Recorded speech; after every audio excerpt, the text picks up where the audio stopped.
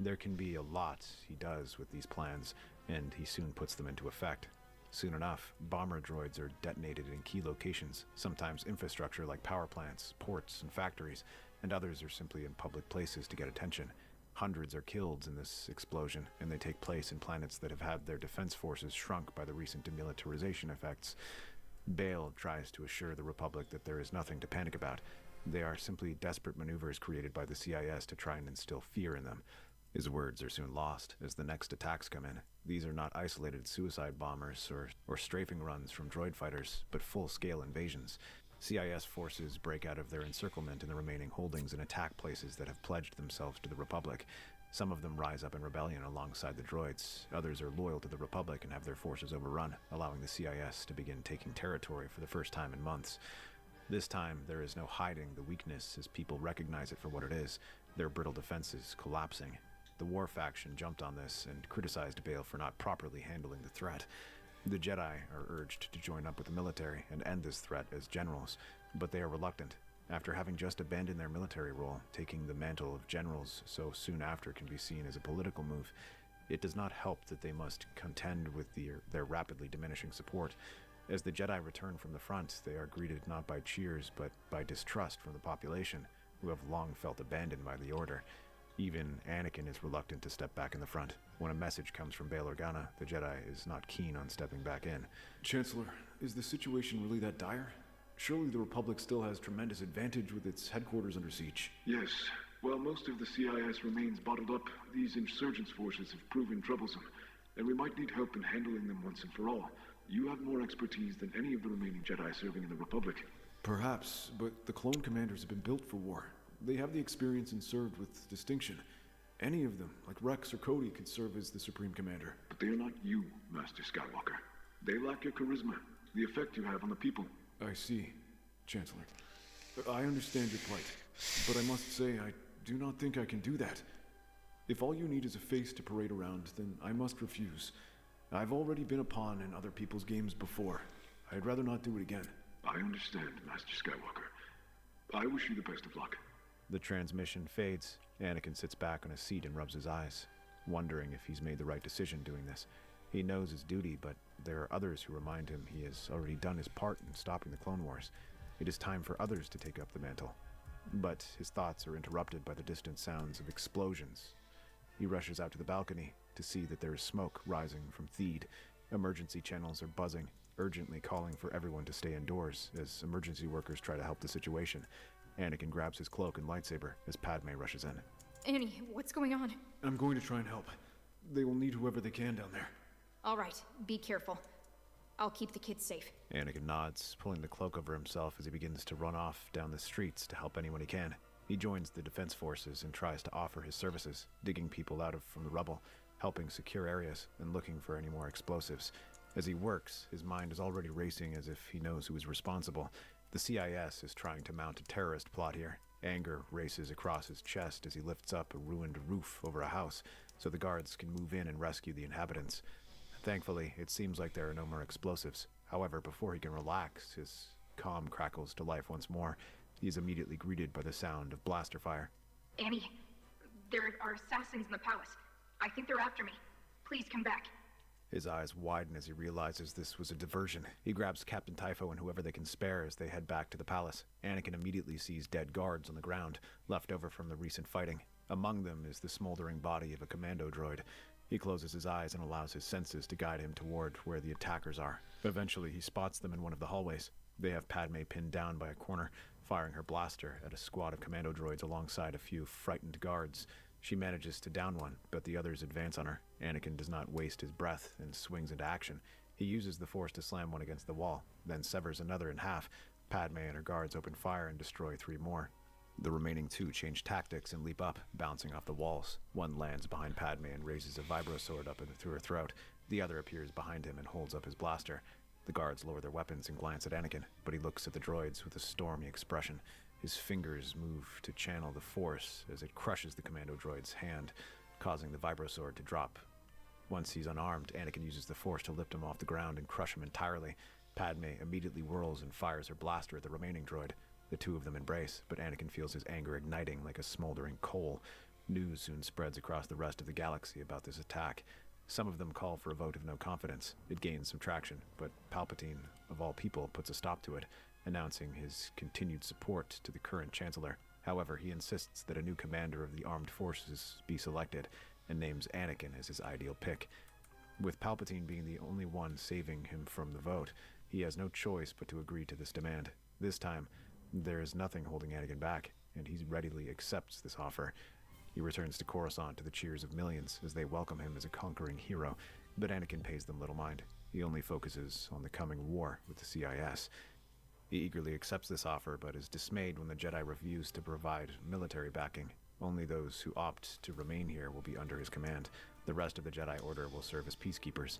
Anakin hopes to try to have the Jedi in his army and tries to appeal them. Apologies, Skywalker. However, we have seen how much the war has changed public perception of our order. We must spend time rebuilding this reputation before we consider helping you. And what about the people who are suffering from these attacks? Don't those people deserve your support as well? They're suffering. Many live in fear because they don't know when they will be attacked again. We will send who we can.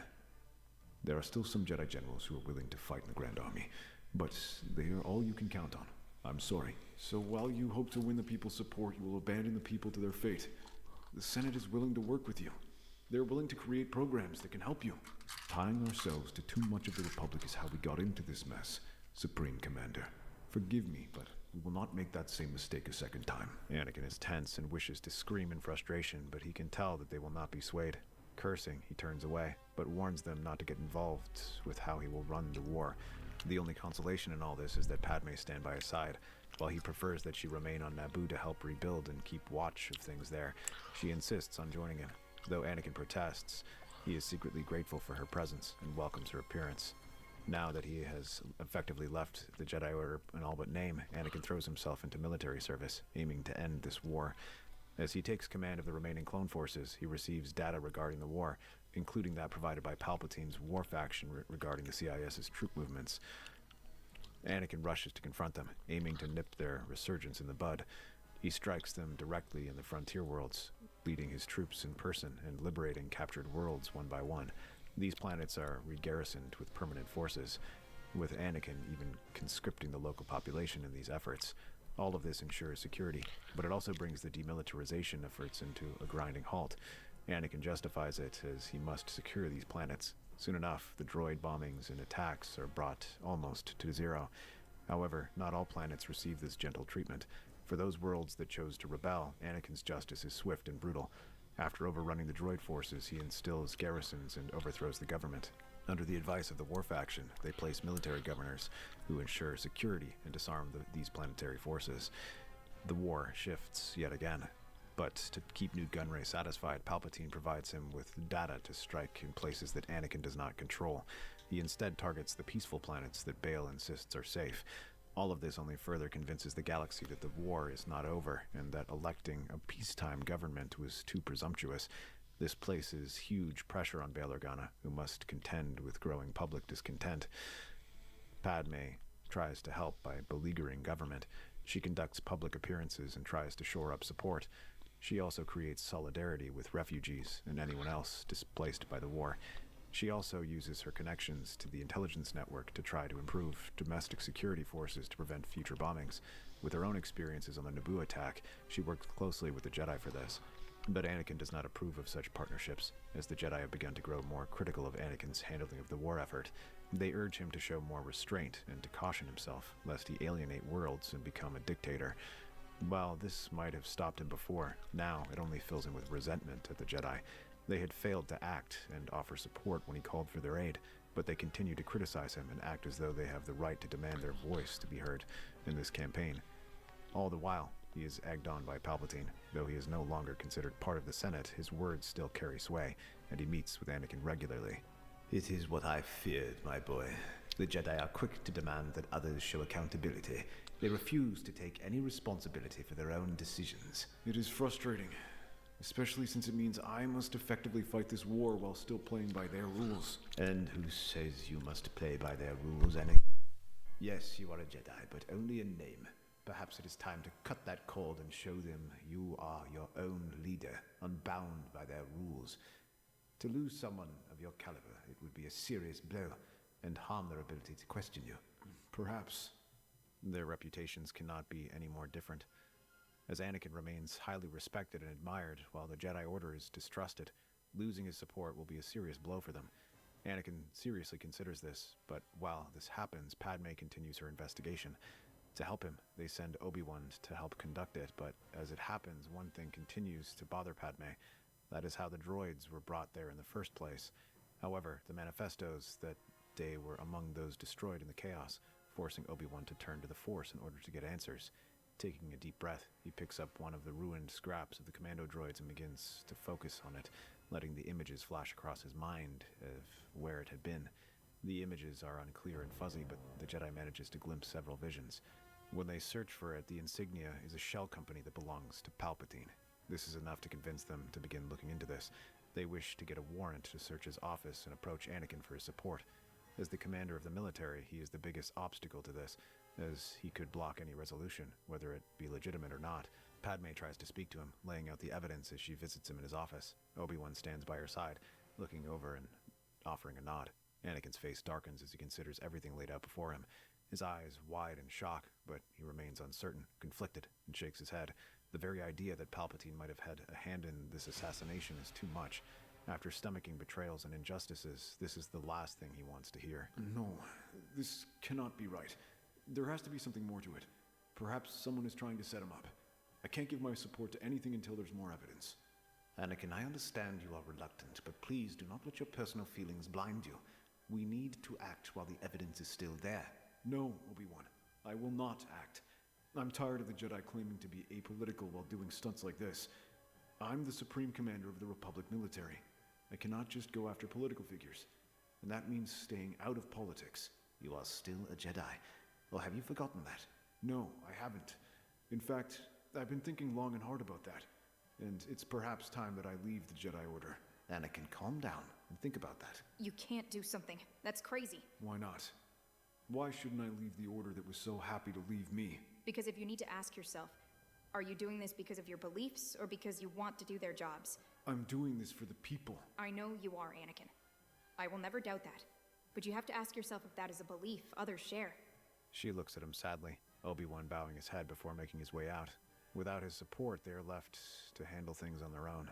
The two of them decide to head into Palpatine's residence to look for evidence themselves. They go when he's having a public event with his allies in the Senate. The security droids are easily avoided, and the two slip inside, Obi-Wan using the Force to bypass the security system, while Padme remains close behind, her blaster ready. Once they reach his office, Obi-Wan approaches his computer and inserts a data rod with countermeasures meant to break through the encryptions the former Chancellor keeps. Little did they know, it also triggers a silent alarm.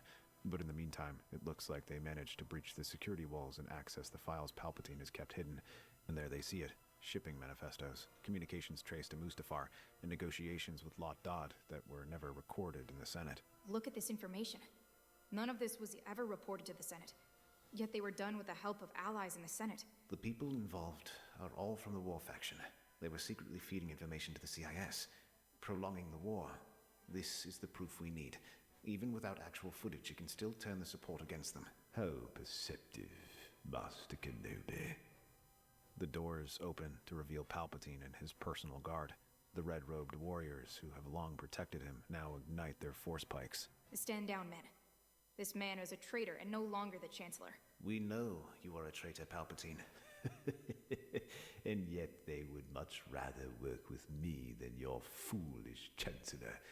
Arrest them. Obi-Wan responds by drawing his lightsaber. 4 guards advance on him and form a circle as Padme rolls out of the way. She has her blaster in her hand and fires at the closest one. The guardsman parries it with his pike, allowing Obi-Wan to rush at him.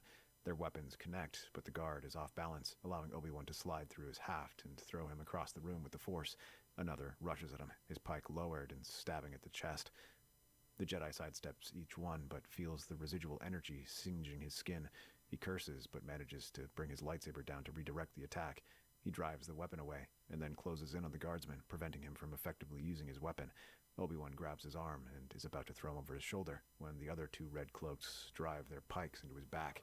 Electricity courses through him as the Jedi drops to the ground, the guardsman body falling over him. The other 2 with their pikes raise them up and prepare to bring them down, until a blaster bolt fires and takes one clean through the head. The other turns to see Padme firing shots off at them. The final guard parries her strike with his pike and advances on her. This gives Obi-Wan a chance to roll free of the second royal guard.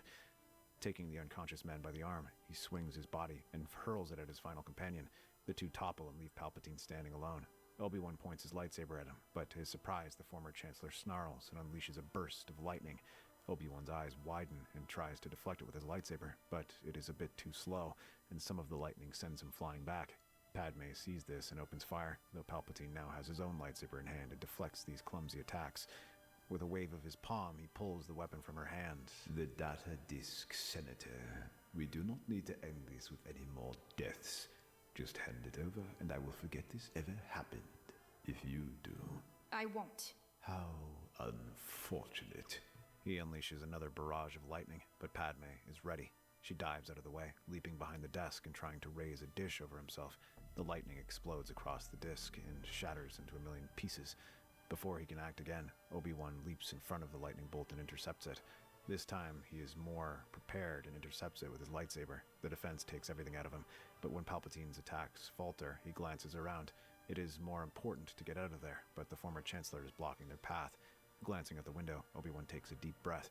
He suddenly grabs Padme and throws himself out.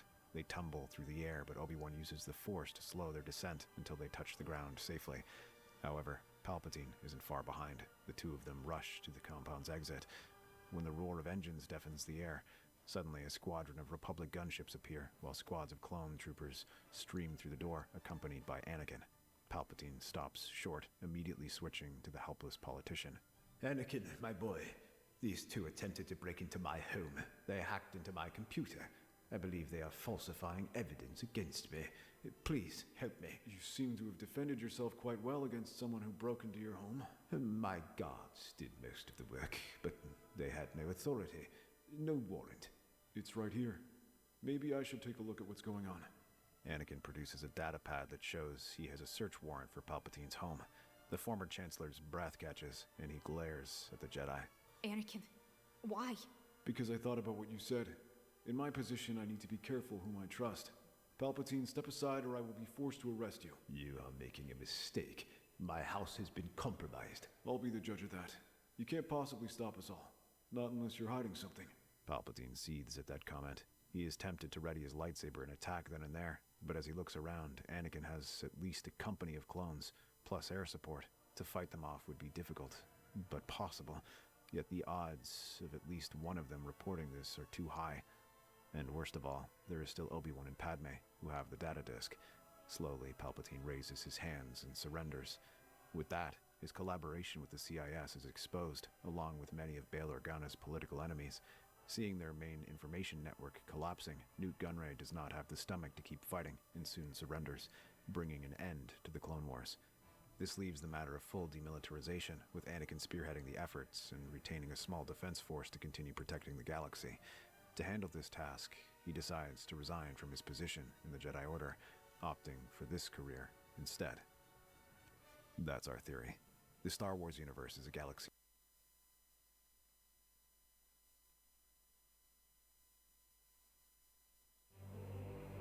Darth, theorist, rise.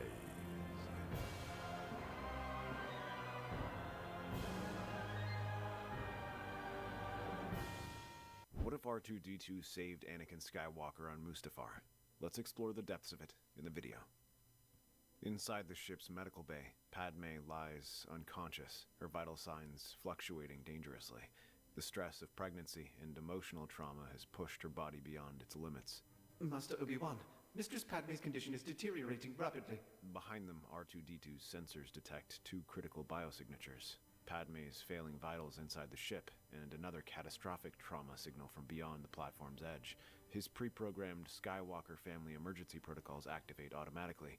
The astromech accesses the ship's medical cache. Storage compartments open through the cruiser, deploying back-to-patches, trauma kits, and stasis generators. The medical supplies are deploying without command. Let the systems run. We need every resource available. While Obi-Wan focuses on Padme, R2 quietly redirects medical supplies toward the cargo bay. The volcanic ash and emergency lighting provide perfect cover as he rolls toward the platform's perimeter, appearing to conduct a routine hazard scan. Extending his sensor array, R2 locks onto the fading signature below. 15 feet down on a narrow ledge, Anakin Skywalker lies broken and dying, legs and left arm severed, burns covering his face and torso, but alive, barely. R2's sensors confirm what his programming demands. Immediate medical intervention required to prevent total system failure. The droid deploys his grappling cable system and begins the treacherous descent to Anakin's position. The medical supplies R2 carries are standard ship inventory. Basic back-to-patches for minor wounds, emergency trauma wraps for field stabilization, portable stasis field generators designed to slow cellular damage, and pain suppressant injectors for managing shock. Nothing that would heal Anakin completely, but potentially enough to keep him alive during evacuation. R2-D2 works quickly and with precision. The back-to-patches, designed for minor cuts and bruises, can only seal the worst of the burns rather than healing them completely. The trauma wraps stabilize the severed limbs and prevent further blood loss, but cannot restore what has been lost. Pain suppressants ease Anakin's agony, enough to prevent shock-induced death, but he remains critically injured. Most importantly, the portable stasis field generator, normally used to preserve biological samples during space travel, slows cellular damage throughout Anakin's body. This buys crucial time for more comprehensive medical treatment, but it's a temporary measure at best. Using his grappling cable and manipulator arms, R2 begins hauling Anakin from the lava's edge, a slow, 20-minute operation requiring medical prowess rather than force abilities.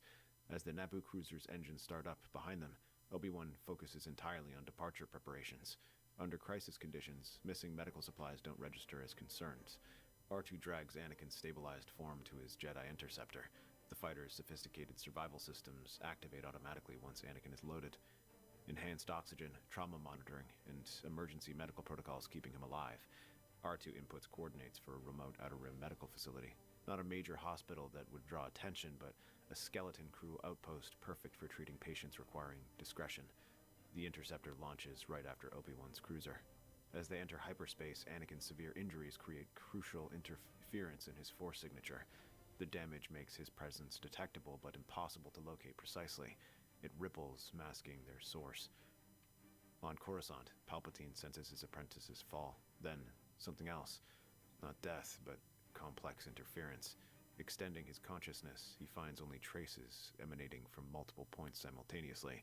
The search begins as a methodical hunt rather than emergency rescue. At the Arkansas Medical Operation Outpost, AAC-3 and surgical droids work 18 hours straight. Without advanced core world cybernetics, they use basic prosthetics, crude but functional replacements. Anakin survives, but barely. Basic respirator, visible scars, prosthetics with delayed response. Alive, but visibly permanently damaged. He's alive, conscious, and mobile.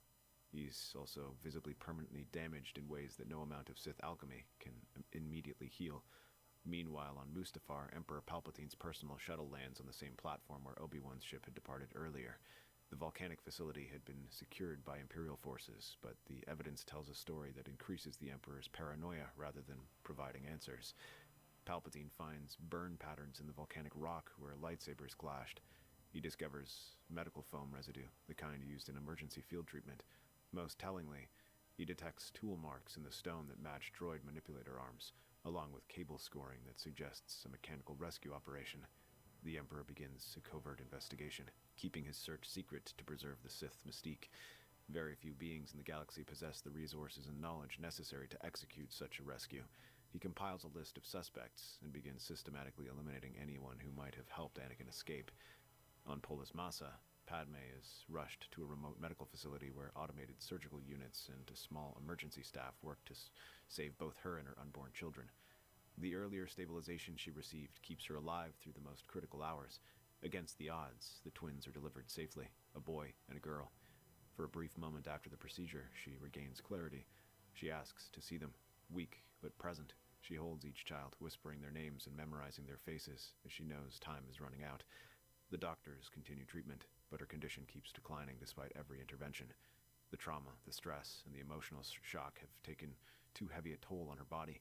Surrounded by quiet machinery and dim mechanical lights, she slips away peacefully not long after the birth, her final expression calm, as if choosing hope for her children even as she lets go herself. At the medical outpost, Anakin Skywalker awakens to a reality worse than death. Every movement sends waves of pain through his reconstructed body. His breathing comes through mechanical assistance that hisses and clicks with each cycle. When he attempts to touch his face, the crude prosthetic fingers respond sluggishly to his mental commands. Where am I? What happened to... R2-D2 sits beside the medical bay, his systems monitoring Anakin's vital signs. When Anakin speaks, the droid activates audio playback systems and begins transmitting records from the ship's emergency log on Mustafar. Padme's voice fills the sterile room. First, her plea for him to stop his path toward darkness, then her horror upon learning about the Jedi Temple. Finally, her collapse after he force-choked her in the rage. The recordings continue with Obi-Wan's anguished words about what Anakin had become, the sounds of their lightsaber duel, and ultimately the moment when Obi-Wan left him for dead. Anakin listens to his own voice through these recordings, the rage that consumed him, the justifications he offered for mass murder, the moment he crossed the line that could never be uncrossed. For the first time since his fall began, he hears himself clearly, not through the filter of Sith manipulation or desperate fear, but as others experienced his transformation. I killed her. I killed them all. He attempts to access the Force, hoping to find some anchor of stability in the cosmic energy that had guided him since childhood. Instead, he discovers that his connections flow erratically around his damaged body. Sometimes the Force responds normally, allowing him to levitate small objects or sense nearby emotions. Other times, it barely registers his presence at all. Worse, emotional surges cause his medical equipment to malfunction. When rage or despair spike through him, the respirator's rhythm becomes irregular, and diagnostic monitors emit warning alarms. The medical droids quickly establish that psychological stress poses a direct threat to his physical survival. Patient exhibits dangerous stress responses. Elevated emotional states trigger cardiac arrhythmia and respiratory distress. Recommended psychological stabilization before physical therapy begins. Days pass in this medical limbo. Palpatine doesn't come. His investigation continues, but has yet traced Anakin to his remote facility. More significantly, Obi-Wan doesn't come either. The Jedi believes Anakin died on Mustafar and focuses entirely on protecting Luke while helping establish hidden networks for surviving Jedi. This abandonment by both sides forces Anakin to confront a reality he's never faced: complete independence. For the first time since childhood, Anakin Skywalker must decide who he wants to become based entirely on his own moral judgment. But that judgment remains colored by pain, loss, and fury at everyone who manipulated him. The dark side hasn't released its hold on him. It has simply become personal rather than philosophical. 3 weeks after his rescue, Imperial forces finally locate the medical outpost through persistent analysis of supply chain anomalies. The Emperor's investigation has traced unusual medical equipment requests and droid activity reports back to this sector. The attack comes without warning. The assault forces include 6 early Inquisitor prototypes, effective killers trained in lightsaber combat and force techniques. They're supported by 2 squads of stormtroopers and air cover from TIE fighters. The attack begins at dawn. Imperial forces assume they're capturing or eliminating a wounded, helpless target. They discover their mistake within minutes. The Emperor wants Skywalker alive. Recovery operation, not termination. Disable and capture. But he must be functional for interrogation. What if he resists? Intelligence suggests he's heavily injured. He is a cripple breathing through machines. This should be simple extraction. Unknown ships approaching. Multiple contacts. Imperial signatures. The medical facility's alarms systems shriek as TIE fighters strafe the outer perimeter. Blast doors throughout the complex slam shut automatically, but shaped charges detonate against reinforced entrances. Anakin struggles from his medical bed, every moment sending waves of agony through his reconstructed body. His breathing apparatus hisses frantically as stress spikes his heart rate, but his lightsaber is gone. Obi-Wan took it after the duel. The first Inquisitor strides through the smoking breach, red lightsaber ignited, expecting to find helpless prey connected to life support equipment.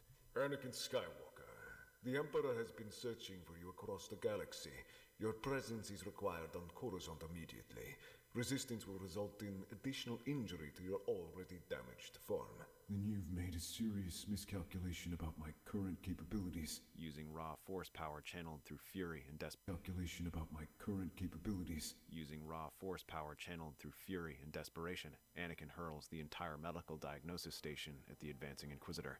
The heavy equipment crushes into the wall. As the red-robed figure ducks, Anakin follows immediately with a telekinetic assault on the ceiling supports, bringing down chunks of durasteel and sparking electrical conduits.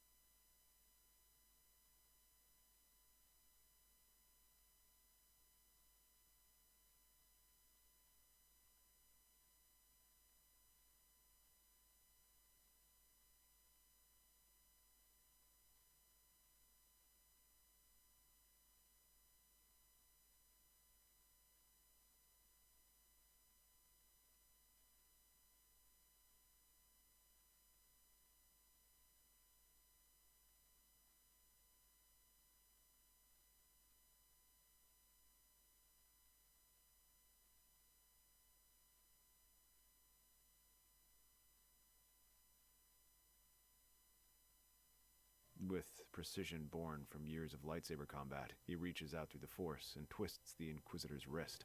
The crimson blade spins free, flying directly into his waiting prosthetic hand. The red lightsaber feels fundamentally wrong in his grip, heavier, more aggressive than his familiar blue blade ever had been. The dark side energy flowing through the weapon resonates with his pain and anger, amplifying both, but it cuts through enemies with devastating effectiveness. Impossible. You're barely alive. Death is a way of clarifying priorities. The second Inquisitor charges through the doorway, spinning blade high. Anakin's technique has changed completely since Mustafar, no longer the fluid acrobatic style of his youth, but something economical and absolutely brutal. Every moment serves as a single lethal purpose. He sidesteps the overhead strike and drives his elbow into the attacker's throat, crushing the windpipe, simultaneously severing the man's weapon hand. No wasted motion, no unnecessary flourishes. R2 provides crucial tactical support throughout the escalating battle, slicing into the facility's security system to lock blast doors behind fleeing Imperials while manipulating environmental controls to create strobing lights that disorient the attackers and cast advantageous shadows for Anakin's movements. The engagement lasts exactly 8 brutal minutes. 6 Inquisitors lie dead throughout the burning medical facility, their crimson blades scattered among the wreckage. Surviving stormtroopers flee, carrying horrified tales of an ash-scarred Force user who fought like death incarnate. They called him the Burned Dark Jedi. Over the following years, reports of the Burned Dark Jedi spread through the galaxy. Imperial research facilities explode without warning. Inquisitors disappear during routine missions, their bodies found days later bearing lightsaber wounds. Sith artifacts vanish from supposedly secure vaults, their guardians left alive but traumatized. The pattern of attacks reveals something unprecedented, a dark side Force user operating independently of both Jedi and Sith philosophies. Anakin targets Imperial infrastructure and Sith resources exclusively, but he shows no interest in rebuilding the Republic or restoring the Jedi Order. His war appears entirely personal. Emperor Palpatine initially attempts to use these reports to increase fear throughout the galaxy, presenting the Burned Dark Jedi as another threat requiring Imperial protection. But the narrative quickly slips beyond his control. Citizens begin to see this mysterious figure as something fighting the Empire rather than terrorizing innocent people. Without Vader as his primary enforcer, the Empire's evolution takes a different path. Grand Moff Tarkin assumes greater military authority earlier than originally planned, bringing his doctrine of fear throughout technological superiority to prominence. The Inquisitors become Palpatine's primary personal hunters. Their numbers and influence expand to fill the void left by Vader's absence. Imperial rule becomes more bureaucratic and systematic rather than personal and terrifying. The Emperor maintains control through administrative efficiency and military might, rather than through the presence of an invincible dark warrior who could appear anywhere to crush dissent. This shift has unexpected consequences for Jedi survivors. Without Vader's relentless personal pursuit, small communities of Force-sensitive individuals manage to survive in remote systems. They remain hidden and scattered, but hope persists in places where it might have been extinguished by Vader's methodical hunting. Throughout this period, R2-D2 serves as Anakin's constant companion and tactical partner. The droid maintains Anakin's increasingly sophisticated medical systems, stores and plays recordings of Padme's voice during moments when rage threatens to consume his remaining humanity, and provides technical expertise during raids against Imperial facilities. Their partnership becomes the stuff of legend among both Imperial and Rebel intelligence networks. Stories spread of impossible infiltrations, a security system turned against their operators, of Imperial installations that seem to destroy themselves from within, while a burned figure walks unharmed. 5 years after Mustafar, tracking Imperial supply movements, Anakin follows intelligence to Tatooine, where garrison forces threaten local moisture farmers. He destroys the facility methodically, evacuating civilians first. While examining the wreckage for intelligence, a figure emerges from the desert shadows. Weathered robes, aged face, but unmistakable presence in the Force. Is it really you, Anakin? Master. Obi-Wan takes a step back, hand instinctively moving toward his lightsaber. The presence he senses is familiar, yet alien. Anakin, but transformed by suffering and dark purpose. I felt you die on Mustafar. Your presence in the Force just vanished. You left me to burn alive on that platform. You took my lightsaber and walked away while I screamed for help. I believed you were beyond any hope of redemption. The things you had done at the temple, the younglings. The younglings. You think I don't remember every face? Every smile when they recognized me, thinking I'd come to save them from the clone troopers. But you evacuated these farmers before attacking the garrison. You saved innocent lives. That's not the actions of the monster I fought on Mustafar. Don't mistake tactical efficiency for moral awakening. Dead civilians complicate extraction routes. No, Anakin. This was compassion. I can sense it. Buried, damaged, but still there. Compassion. I spent 5 years hunting down Palpatine's servants across the galaxy. I've killed dozens of Inquisitors with my bare hands, and I'm going to find that ancient bastard and tear him apart for what he did to me. To Padme. She died, believing there was still good in you. Her last words were lies. There's nothing good left. Only pain and the need for revenge. Perhaps. But the man who evacuated these farmers, that wasn't Darth Vader. That was someone I once knew. From beneath his desert cloak, Obi-Wan withdraws a wrapped object. He unwraps it carefully, revealing Anakin's original lightsaber. I kept this, buried it in the desert, thinking, hoping, someday it might matter again. Why would you keep it? Why would you care what happens to a weapon that belongs to a dead man? Because the man who built this lightsaber wanted to free slaves, wanted to help people. That man is completely dead. Or those farmers would be burned under Imperial rubble. Anakin looks between the blue lightsaber and the crimson blade clipped to his belt. One represents who he was, the other what he became. I'm not him anymore, Obi-Wan. I can't be. Too much has happened. Too much blood. Then be something new. Someone who remembers the past but isn't enslaved by it. After a long moment, Anakin reaches out and takes his original lightsaber. The familiar weight feels both foreign and natural. The choice is yours, Anakin. It always has been. As Obi-Wan disappears into the desert, Anakin stands alone between twin suns. He ignites both lightsabers, blue and red wars in the fading dark daylight. After long contemplation, he deactivates the crimson weapon while keeping the blue blade humming steadily and true.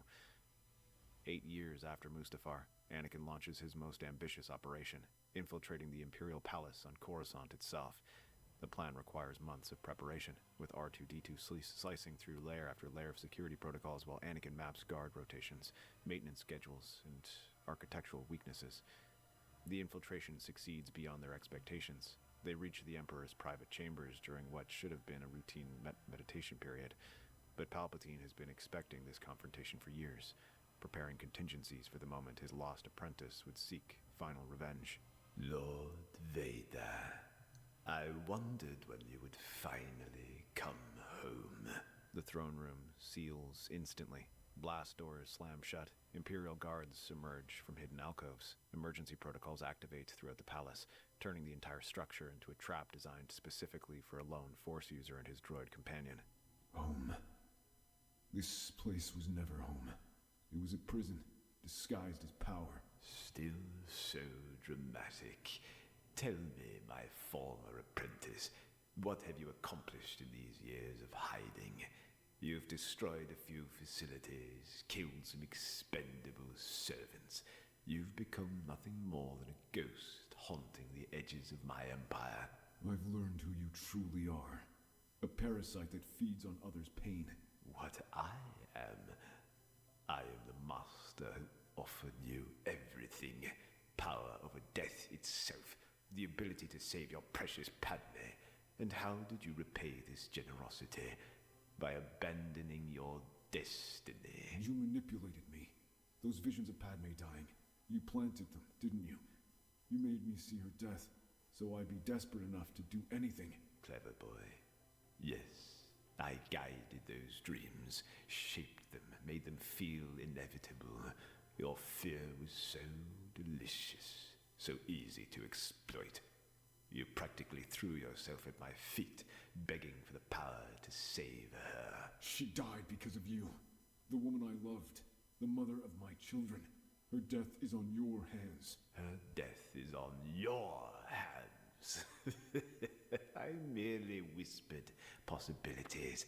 You chose to slaughter younglings. You chose to betray Obi-Wan. You chose to kill the woman you claimed to love. Every atrocity came from your own darkness. Anakin lunges forward, blue blade clashing against Palpatine's crimson saber as the Emperor finally draws his weapon. Look at yourself. Broken, scarred, more machine than man. This is what rejecting my gift has brought you. You could have been perfect, made whole. Instead, you chose to become this pathetic creature. Better a broken man than a willing monster. Broken indeed. Your connection to the Force is fractured. Your body fails you. Your precious moral awakening has made you weak. The duel demonstrates the vast gap between Anakin's current abilities and the Emperor's unchanged mastery. Palpatine remains one of the most powerful Sith Lords in galactic history. His connection to the Force hasn't diminished during his years of rule, and his skill with lightsaber combat remains at its peak. Anakin fights with strategy, environmental advantages, and R2's technical support rather than attempting to match Palpatine's raw power. He uses the throne room's architecture against the Emperor, triggering structural collapses and electrical failures that force Sidious to divide his attention between offense and survival. You disappoint me, Anakin. Where is the power that made you my chosen apprentice? Where is the rage that made you magnificent? That rage destroyed everything I loved. I won't let it control me again. But it's not enough. Palpatine's force lightning overwhelms Anakin's defenses, driving him to his knees as his crude cybernetics spark and fail. Only R2-D2's desperate gambit saves them. The droid triggers a massive power overload throughout the palace wing, forcing Palpatine to choose between capturing his apprentice and preventing his own death in a structural collapse. This isn't over, my fallen apprentice. You cannot escape what you are. You will return to me. They escape through maintenance tunnels as the Emperor's audience chamber burns above them, but Anakin pays a severe price. His medical systems are damaged beyond field repair, and his already fragile connection to the Force becomes even more erratic. Recovery takes months in a hidden facility that R2 establishes in the Outer Rim. During this forced convalescence, something crucial occurs. Anakin begins studying Jedi philosophy again. R2 has been acquiring Jedi holocrons and texts during their raids on Imperial facilities, not for tactical information or combat techniques, but for the wisdom they contain about redemption, forgiveness, and the nature of Force itself. Anakin studies these teachings, searching for understanding. The holocrons speak of mistakes in redemption, of falls from grace and the possibility of returning to the light. They describe the Force as a tool for compassion and selfless service. Most importantly, they remind Anakin of what Padme saw in him that made her believe in his fundamental goodness, even as she died. Slowly, painfully, Anakin begins to see past the rage and pain that has driven him for so many years. The path to redemption exists, but it requires confronting everything he's done, everyone he's hurt, every choice he's made in service to darkness. 10 years after Mustafar, this internal transformation becomes visible to others. A small group of surviving Jedi begins investigating reports of the burned Dark Jedi, expecting to find another threat to eliminate. Instead, they discover something unprecedented. A dark side Force user showing genuine restraint and selective targeting. Anakin's recent operations have focused exclusively on Imperial military assets and Sith archaeological sites. Civilian casualties in his raids, 0. Unnecessary destruction, minimal. Imperial personnel who surrender are allowed to flee rather than be executed. Captured intelligence is shared anonymously with rebel cells rather than being hoarded for personal advantage. Master Kukruk makes initial contact during a mission to investigate Imperial weapons testing on Ryloth. You're not what we expected, Skywalker. What did you expect? A monster consumed by hatred. Instead, I find someone who's learned restraint through suffering. The conversation reveals the depth of Anakin's transformation. He speaks of Padme's belief in redemption, of studying Jedi philosophy during his recovery, of understanding that vengeance against the Empire will never heal the wounds he carries. Gradually, carefully, a coalition forms. 5 surviving Jedi scattered across the galaxy begin coordinating with Anakin and R2. Consumed by rather than being to investigate Imperial weapons testing on Ryloth. You're not what we expected, Skywalker. What did you expect? A monster consumed by hatred. Instead, I find someone who's learned restraint through suffering. The conversation reveals the depth of Anakin's transformation. He speaks of Padme's belief in redemption, of studying Jedi philosophy during his recovery, of understanding that vengeance against the Empire will never heal the wounds he carries. Gradually, carefully, a coalition forms. 5 surviving Jedi scattered across the galaxy begin coordinating with Anakin and R2. The group includes Kukruk, Das Genir, Ram Kota, Celeste Morn, and one other master whose identity remains hidden for security purposes. With Imperial intelligence indicating Palpatine's preparations of a new superweapon, the Coalition realizes they need additional help. Anakin makes a difficult decision. On Tatooine, Obi-Wan emerges from his cave dwelling to find Anakin waiting with 4 figures, hooded Jedi Masters standing respectfully behind their former enemy. Anakin? Hello, old friend. I believe you failed in killing the Emperor. I did. You've brought friends. Master Kakruk, Master Kota, and others. We've been working together to dismantle what remains of Palpatine's power. Master Kenobi, your reputation preceded Order 66. We could use your wisdom for what's coming. What's coming? Palpatine is building something new. A weapon that could destroy entire systems.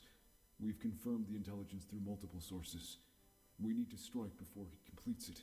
And you want me to abandon my responsibilities here? I know you're protecting something important. It doesn't matter who. Someone important, maybe. But this might be our only chance to end his reign permanently. The risks. I know the risks. But if we don't act, billions will die. I've spent years learning to be better, to think beyond revenge. This isn't about my hatred for Palpatine anymore. It's about saving the galaxy. I think about Padme every day, about the children we'll never have, about the family we could have been. If she were alive, she'd want me to protect others from suffering what we've suffered. She'd want me to choose hope over fear.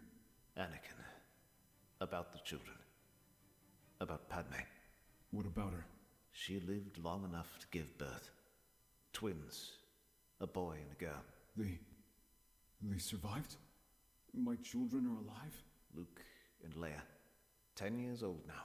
Strong, healthy, good-hearted. Everything Padme would have wanted them to become. Where? I need to see them. I need to... Luke is here, on Tatooine. I've been watching over him. All these years. All this time searching for a purpose, and my son was here? He's going to be a good man, Anakin. Like his mother. Like you once were. Like you're becoming again. Perhaps the Force is showing us the path forward. I want to meet him. But not as his father. Not yet. I need to earn that right. He knows you as a friend of mine. A Jedi who helped end the war. The meeting between Luke and Anakin is careful, gradual. Luke shows curiosity about the scarred warrior, asking about his experiences during the Clone Wars. Anakin speaks of his friendship with Padme, of battles fought for justice, carefully omitting the darker chapters. You really knew my mother? She was the finest person I ever met. Everything good I've tried to become, I learned from watching her. Master Kenobi says you're fighting to free the galaxy from the Empire. Your mother believed in justice, in protecting the innocent. This is what she would have wanted. I have to go with them. This may be our only chance to end the darkness that's consumed the galaxy. I'll be here when you return. Both of you. The final assault on Imperial command comes with coordinated precision. While the Jedi forces engage Imperial guards and stormtrooper battalions throughout the complex, Anakin and Obi-Wan fight side by side toward the throne room. Their lightsabers, blue and blue, move in perfect harmony as they cut through enemy resistance. Years of separation dissolve as master and former apprentice fight as one. In the throne room, Palpatine waits with his crimson blade already ignited. Throughout the Imperial complex, the other Jedi Masters fight with desperate precision. Kakruk's lightsaber carves through Imperial Guard formations, while Ram Kota leads clone veterans in fierce corridor battles. Master Janir coordinates evacuation routes as stormtrooper reinforcements pour in from every level. Their sacrifice buys precious time for the final confrontation. How touching. The master and apprentice reunited at last. Tell me, Kenobi, do you still believe there was good in this monster? I believe in redemption. Something you'll never understood. Then you'll die together, clinging to your pathetic hope. The three-way duel that erupts pushes all combatants to their limits. Palpatine moves with inhuman speed, his blade weaving deadly patterns as he engages both Jedi simultaneously. Lightning crackles from his free hand, forcing Obi-Wan to deflect with his saber while Anakin presses the attack. You are a fool to return. I will send you to hell. Guess we'll go together. Palpatine unleashes a torrent of Force lightning that illuminates the throne room in sickly purple light. Both Jedi catch the energy on their blades, but the strain is enormous. Anakin's damaged cybernetics begin to spark and fail under the electrical assault. Look how you struggle, boy. The boy's pathetic prosthetics are failing. He's practically an entire droid, and machines can be broken. Anakin, your systems. I know. Keep pressure on him. They coordinate their attacks flawlessly. When Palpatine focuses lightning on Obi-Wan, Anakin strikes from the side. When the Emperor turns to counter Anakin's assault, Obi-Wan presses forwards with precision. For the first time in decades, Palpatine finds himself truly challenged. The Emperor's frustration grows as his opponent refuses to break. He hurls debris with the Force, chunks of throne, pieces of statuary, entire sections of wall. The Jedi dodge and deflect, never allowing him a moment's respite. You think this changes anything? Even if you kill me, the Empire will endure. My legacy is eternal. Your legacy dies with you. But Palpatine has one final gambit. He feigns weakness, stumbling as if exhausted, then unleashes the most powerful Force lightning of his life. Not at the Jedi, but at the throne room's massive transparisteel windows. The reinforced glass explodes outward, creating a hurricane of wind and debris. Palpatine unleashes a nova of Force lightning that brings down chunks of the ceiling. In the chaos, he feints toward Anakin, and then pivots with a murderous precision toward Obi-Wan's exposed flank. Time slows. Anakin sees the killing blow coming, sees his master, his brother, about to die for his redemption. Without thought, without fear, he lunges forward. The crimson blade pierces his chest.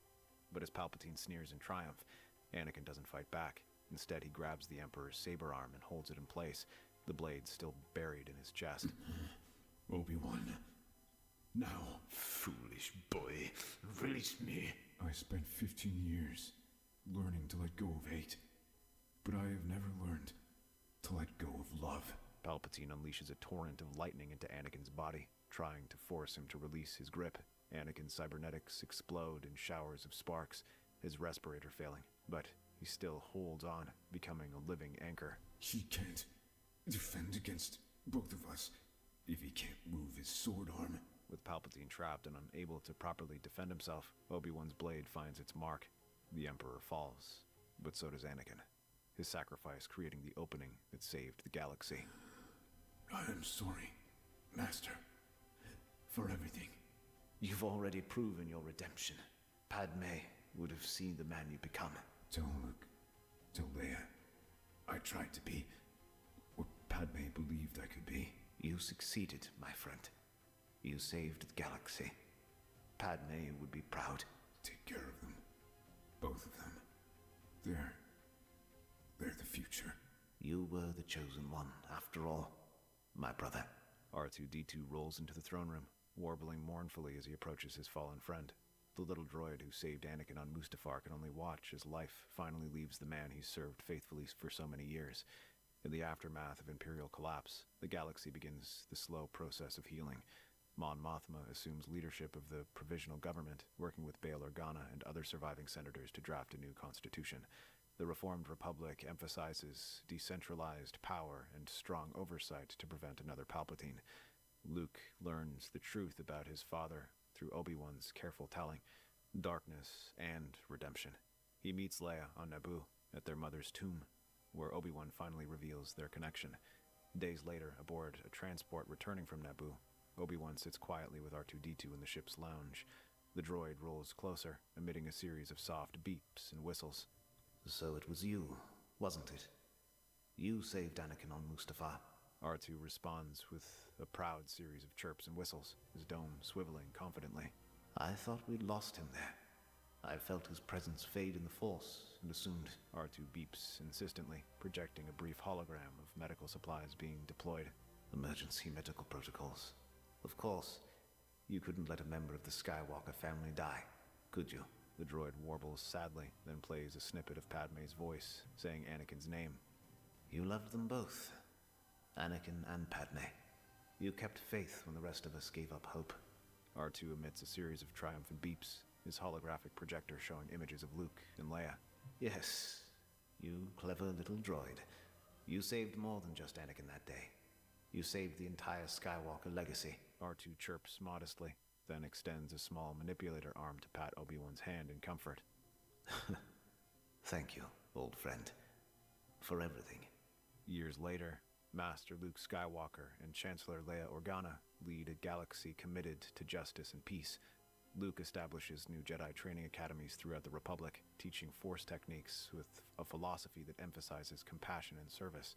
Leia works tirelessly in the Senate, ensuring the new government remains accountable to its people rather than falling to authoritarian impulses. On Coruscant, a single moment honors those who fell fighting tyranny, including one former Jedi who lost everything, found redemption, and sacrificed himself for future generations. R2-D2 tends to the memorial, his memory banks preserving the complete story of the Skywalker family, from Mustafar's rescue to the throne room's final sacrifice. The little droid who saved Darth, theorist, rise.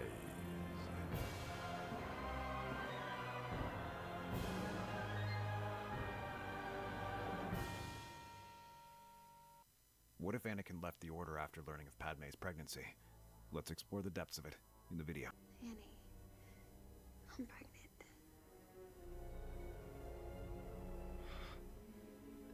That's...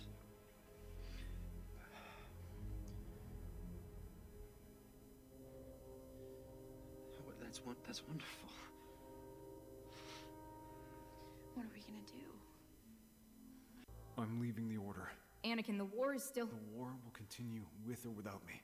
But this child gets a father who's present, who isn't lying to everyone around him every single day. You've already decided. I decided the moment you told me. The temple hallway is dim. Late evening light filters through tall windows. Anakin finds Obi-Wan in one of the smaller meditation chambers, seated cross-legged with his eyes closed. Obi-Wan opens them as Anakin enters. Anakin, I didn't expect you tonight. I need to tell you something, and I need you to hear it before the Council does. What's so urgent? I'm leaving the Jedi Order. What? Leaving? Just like that? The Jedi path isn't mine anymore. I've known it for a while. I'm making it official. This isn't about the Council denying you the rank of Master. This is something else. It's personal. Anakin, I'm your Master. I deserve more than just it's personal. Is there someone? Yes, Master. It's Padme, isn't it? How long? Almost 3 years. 3 years? I wanted to tell you. No. You wanted me not to ask. You would have told the Council, and they would have expelled me before I was ready to leave. Give it a week. 1 week to think clearly. I've been thinking about it for 3 years, Master. Then go. But know that you leave a hole in this order that won't be filled. I know. And I'm sorry. I understand. Take care of her. I will. Anakin's comm buzzes as he walks through the lower temple corridors. He finds a quiet alcove and answers. Ahsoka's holographic image flickers to life. She's in a transport, armor on, lightsabers visible on her belt. Behind her, clone troopers move through a staging area. We're almost there. Bo-Katan says Maul's forces are digging around Sundari. Ahsoka, before you go, I need to tell you something. What happened? I'm resigning from the Order. Tomorrow. You're serious? I have responsibilities outside the Order now. Ones I can't ignore anymore. What about Rex? The 501st? The Republic has other generals. Maybe. But they don't have another you. You taught me we don't walk away from people depending on us. I know. Just be careful on Mandalore. Maul's dangerous. I can handle Maul. The hologram cuts out. Anakin stands alone in the alcove. The council chamber is full. Every seat occupied, every pair of eyes fixed on Anakin as he stands in the center of the mosaic floor. He speaks plainly. Masters, I stand before you to resign my commission and my place in the Jedi Order. The Order's path is no longer mine. I offer my gratitude for the training I've received and my respect for the institution. You offer no explanation, Skywalker. I offer what I've said. Then I must say, we cannot accept it. Why not? The timing concerns me. We are in the middle of a war, Skywalker. I understand the timing. My decision stands. Your wish, if it is, then force you we cannot. But know this, young Skywalker. Welcome here, you will always be. May the Force be with you. Very well then. Your rank is stripped. Your command is recalled. Your access to temple facilities ends at sunset. You may keep your lightsaber, as it is customary for voluntary departures. And Skywalker, whatever our differences are, I wish you the best of luck in what you are doing. May the Force be with you all. He turns and walks out of the chamber. The doors close behind him. Palpatine receives the news within the hour. He stands at his office window, hands clasped behind his back, watching the city below. No. I can't control him. Not outside the Order. They'll be unpredictable. He activates a private comm channel. Anakin, my boy, I heard the news. I must say I'm surprised. Are you certain about this? I'm certain, Chancellor. The Republic still needs men like you. Perhaps service outside the Order, a direct commission. With your record, you can serve as a general, maybe even a sector command. You'd answer to no council, only the Republic itself. I appreciate the offer, but I'm done fighting. The war has taken so much away from me, and I no longer believe I can serve. I've spent 3 years slogging through the worst of the battlefields, and for what? I don't know, and I don't want to know. I want to see what else there is beyond the destruction it's caused. Of course. I understand completely. But don't think that this means an end to our friendship. You know my door is always open. The comm clicks off. Palpatine's expression hardens. He stares at the city below and considers what this means to his plan. Anakin inside the Order was useful, isolated, resentful, hungry for validation. Anakin free of the Order is a variable without a leash. Lake country in Naboo stretches green and gold beneath a clear sky. The estate sits on a hillside overlooking the water. Anakin and Padme settle into it. Anakin fixes things. The water filtration system, the speeder dock, a sagging beam in the guest house. His hands need work the way his lungs need air. It is his way of adjusting to civilian life, and his wife welcomes it. She even considers breaking some things just so he may fix them. Padme continues her Senate attendance through holo-conferences, but has largely taken a leave of absence, letting her allies fill in for her. However, she doesn't hide. The local population accepts Senator Amidala's husband without scandal. After all, Anakin is the savior of Naboo and the hero of the Republic. They recall the boy who helped destroy the Trade Federation command ship almost 15 years ago, and it is the greatest feeling they've ever felt. For the first time, they can simply be husband and wife. For Anakin, it is as if he can finally breathe once again. But behind the smiles, he can sense something, a nagging, pricking that never fully disappears. Although he is certain he's made the right choice, he isn't blind to the consequences to the Jedi and the Republic. Though this land they are staying at is peaceful, it doesn't mask what is going on beyond. The war bleeds through the Force even across this distance. He feels echoes of pain flickering and going dark. He lies awake beside Padme and listens to the silence and feels the galaxy burning somewhere far away. Padme knows, anyway. Then the visions start. Fragmented images of Padme dying, darkness closing in around her. Anakin wakes, gasping, drenched in sweat, his mechanical hand gripping the sheets hard enough to tear them.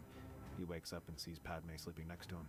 He senses something and wakes up as well. What happened, Annie? Nothing.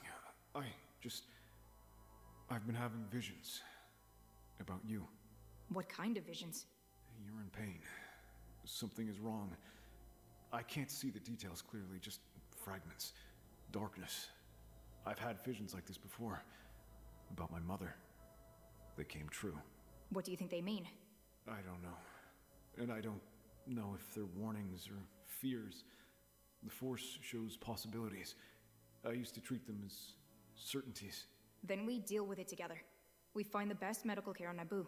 We take every precaution. We don't let fear make our decisions. Anakin looks at her. Something in his chest loosens. The panic doesn't vanish, but it finds a boundary. It meets a wall built by something other than him. He nods. Months pass. The war grinds on. Without Anakin, the Republic's offensive capacity drops measurably. Obi-Wan shoulders a command load meant for 2 generals. The 501st is folded into a larger division under a new officer who treats clones as line items on a requisition form.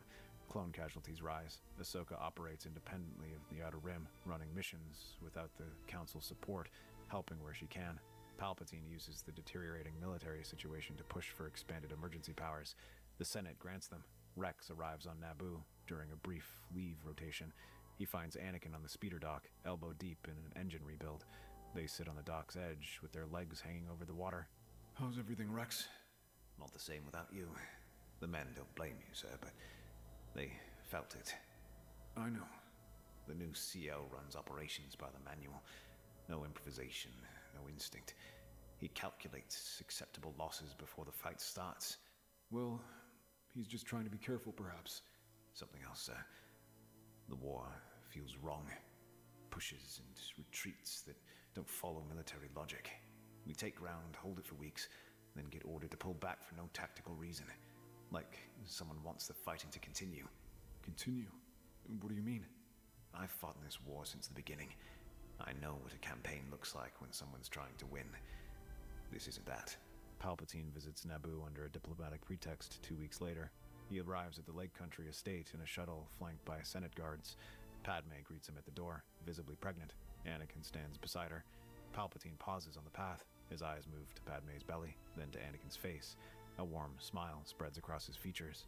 My dear friends, congratulations are in order. And here I thought I knew all of Coruscant's secrets. Thank you, Chancellor. We appreciate you making the trip. I'm only offended I wasn't invited to the wedding. The visit proceeds pleasantly. Tea on the terrace, light conversations about Naboo's reconstruction efforts. Palpatine plays the grandfatherly statesman with practiced ease. Later, Palpatine finds Anakin alone near the workshop. The Republic misses you, Anakin. Truly, the war has taken a difficult turn since you departed. The Republic will manage. Will it? I see the reports. Systems falling, Jedi dying. The Separatists grow bolder every month. We had hoped the Outer Rim sieges would bring an end to this, but Grievous has proven competent at rallying the droid forces, and without Dooku, he grows more destructive. My family is my concern. Of course. I understand completely. He leaves cordially. The shuttle lifts off and Anakin watches it shrink against the sky. He knows what just happened. Every word was placed with precision, and now Palpatine knows exactly what Anakin cares about. On Coruscant, in a shielded chamber beneath the Senate building, Palpatine stands before a holographic display of the galaxy's active fronts. Grievous's image flickers beside him, the cyborg general's mechanical body hunched forward with predatory attention. The time has come to accelerate our plans. Senator Amidala has become a liability. Her political connections and her proximity to Skywalker make her dangerous. And Skywalker, I owe him for Dooku. Let me kill them both. Skywalker is mine. You will not touch him. But his wife is expendable. Launch a coordinated offensive. Simultaneous strikes on Republic industrial systems, Kashyyyk and the Coruscant Corridor. Maximum destruction, maximum panic, and send a fleet to Naboo. And if Skywalker interferes? Do what you must to reach the Senator. But Skywalker lives. I have plans for him. It will be done. The hologram cuts out. Palpatine stares at the galaxy map. Every crisis he manufactures buys another emergency power. Every Jedi scattered to a remote front is one less obstacle in his path. The endgame approaches. Golden light spills across the terrace. 2 shuttles sit on the landing pad, arrived within hours of each other. Inside the estate, the evening is warm and full. Ahsoka had arrived first, earlier in the afternoon. She had walked up the path in civilian clothes, her lightsaber hidden beneath a loose jacket, and stopped when Padme opened the door. Her eyes dropped to Padme's belly. She stared. Then she looked at Anakin standing beside his wife, and every puzzle piece she'd been carrying since his resignation fell into place. Obi-Wan's shuttle had landed 2 hours later. He descended the ramp and Padme greeted him at the door. He saw her belly, and the pieces fell into place for him too. He was quiet for a moment, then he smiled, and the smile was real. Obi-Wan, what a surprise. It's good to see you, Master. Congratulations, both of you. Truly. Now the 3 of them sit on the terrace as the sun dips toward the lake. Obi-Wan tells stories from the front, carefully edited for Padme's benefit. Ahsoka fills in gaps from her own operations. After Mandalore, she'd operated independently through the Outer Rim, running missions, helping where she could. Maul was in a Republic detention facility on Coruscant, locked in a forced suppression cell. He screamed the whole transport ride back, kept saying Sidious would come for him, that the Jedi were blind, that the end was already here. Maul says a lot of things. He was terrified, Anakin. Genuinely terrified. I've fought him twice now. He doesn't scare easily. Whatever he knows about Sidious, it kept him up at night. The conversation drifts. Anakin laughs for the first time in weeks. Padme watches the 3 of them together, and something eases in her expression. They move inside for dinner. Anakin holds the door for Padme. Obi-Wan follows. Ahsoka lingers on the terrace for a moment, looking out at the lake. Then she looks up. Anakin. He turns. Obi-Wan turns. They follow her gaze. Shapes against the stars. Dozens of them. Capital ships dropping out of hyperspace in formation. Their running lights cutting sharp lines across the darkening sky. Obi-Wan's comm erupts with an urgent signal. He answers. Kenobi, the Separatists have launched a coordinated offensive. Simultaneous strikes on 6 Republic systems. Kashyyyk is under siege. Industrial worlds in the core are burning. Where are you? On Naboo. And it's under threat as well. There's a fleet in orbit. Naboo? Why would they attack Naboo? Wait. You must understand. Palpatine is pushing for direct authority over the Jedi Council. Emergency... The signal dissolves into static. The comm dies. Multi...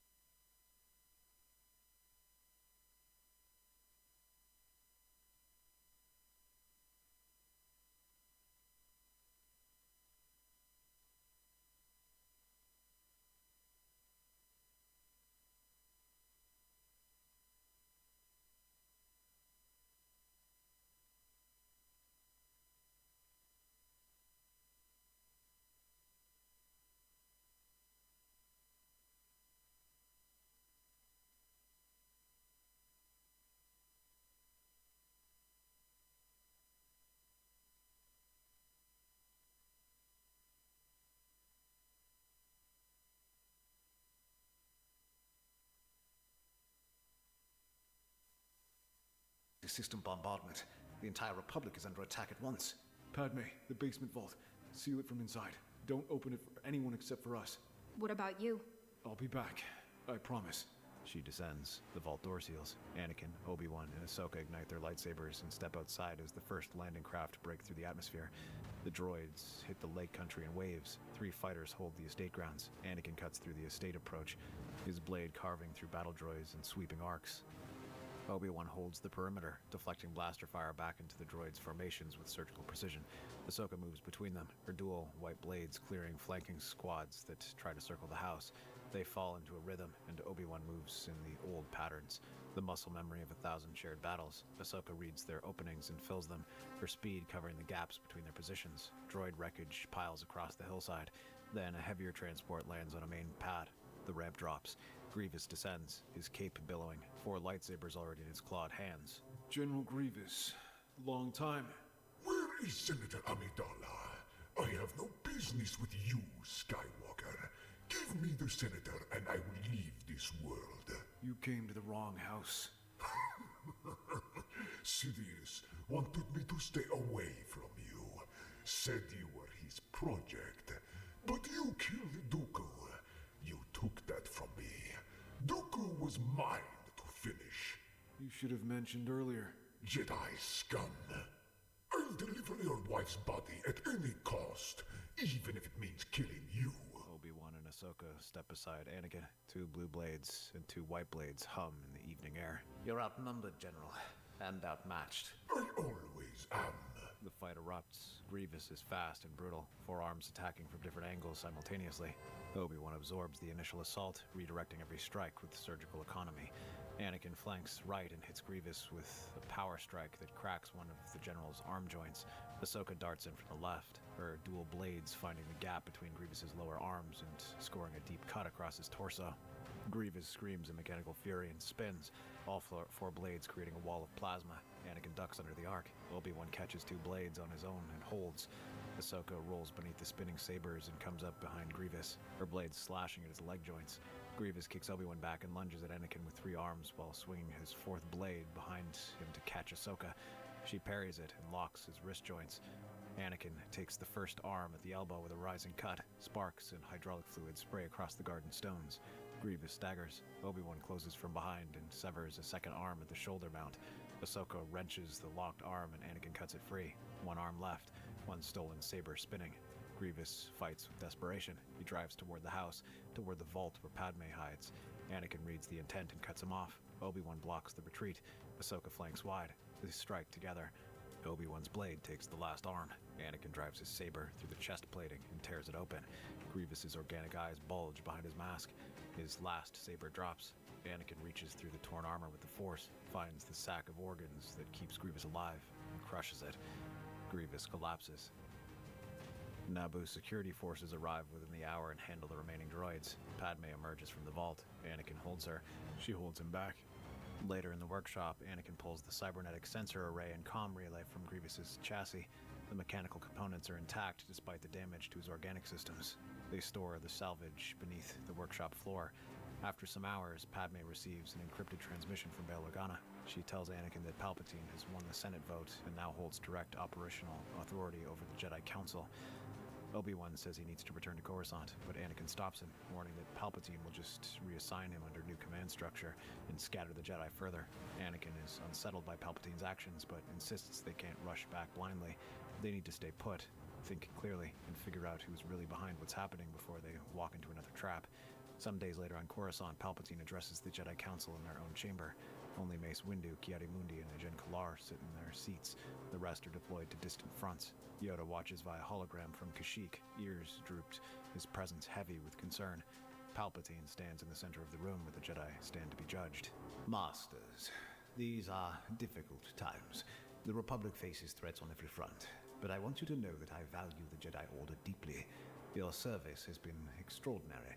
I intend to deploy the Order's resources with precision and care. Together, we will end this war. You've reassigned 12 senior knights to do solo deployments in the past couple of days. 3 of them are dead. The fortunes of war, Master Windu. Every deployment carries risk. I grieve each loss. Careful, we must all be. Dark times, these are. Indeed, Master Yoda. These are difficult times, and we must stand united and firm. Only then can we win this war. The meeting ends. Palpatine leaves with a gracious bow. Mace sits alone in the chamber. His hands grip the armrests of his chair. Meanwhile, a clone fleet arrives on Naboo to recover Grievous's remains. They search the crash site, the surrounding fields, and the wreckage of the droid transports. The sensor array, the comm relay, and every critical component are gone. They find nothing and depart empty-handed. Some days pass in the workshop. Anakin, Ahsoka, and Obi-Wan work with R2-D2 on Grievous's salvaged comm relay and sensor array. R2's slicing capabilities crack through layers of military-grade encryption, pulling partial data from damaged sectors, deployment orders, comm frequencies, standard military traffic. Then R2 hits a deeper data cache. Grievous's onboard optical and audio sensors had been recording passively for months. Everything his cybernetics saw and heard was logged automatically to local storage. On Coruscant, Mace Windu has reached his limit. 3 more Jedi have died on deployments that made no tactical sense. He marches into Palpatine's office and confronts him directly. You are sending Jedi to die. The deployments are designed to isolate and eliminate the Order's strongest members. Master Windu, I understand your frustration, but I assure you I am filing a formal protest with the Senate. The Council will not comply with orders designed to destroy us. that would be insubordination during wartime, Master Windu. The penalties are severe. I don't care about penalties. I will file it. Very well then. You have every right, Master Windu. But I cannot guarantee your safety after this. You're trying to threaten me. I'm just trying to warn you. They stare at each other. Hours later, Mace is ambushed in the Senate district by operatives disguised as separatist agents. He fights his way free but takes injuries. He disappears. Bail Organa finds him and brings him to his residence. On Naboo, R2-D2 beeps in rapid succession. A hologram flickers to life from the reconstruction sensor data. Grievous's visual perspective. A room. Dooku speaking with a hooded holographic figure. The audio is damaged, clipped in places. Dooku reports the war's progress. The hooded figure gives orders. Then Dooku speaks.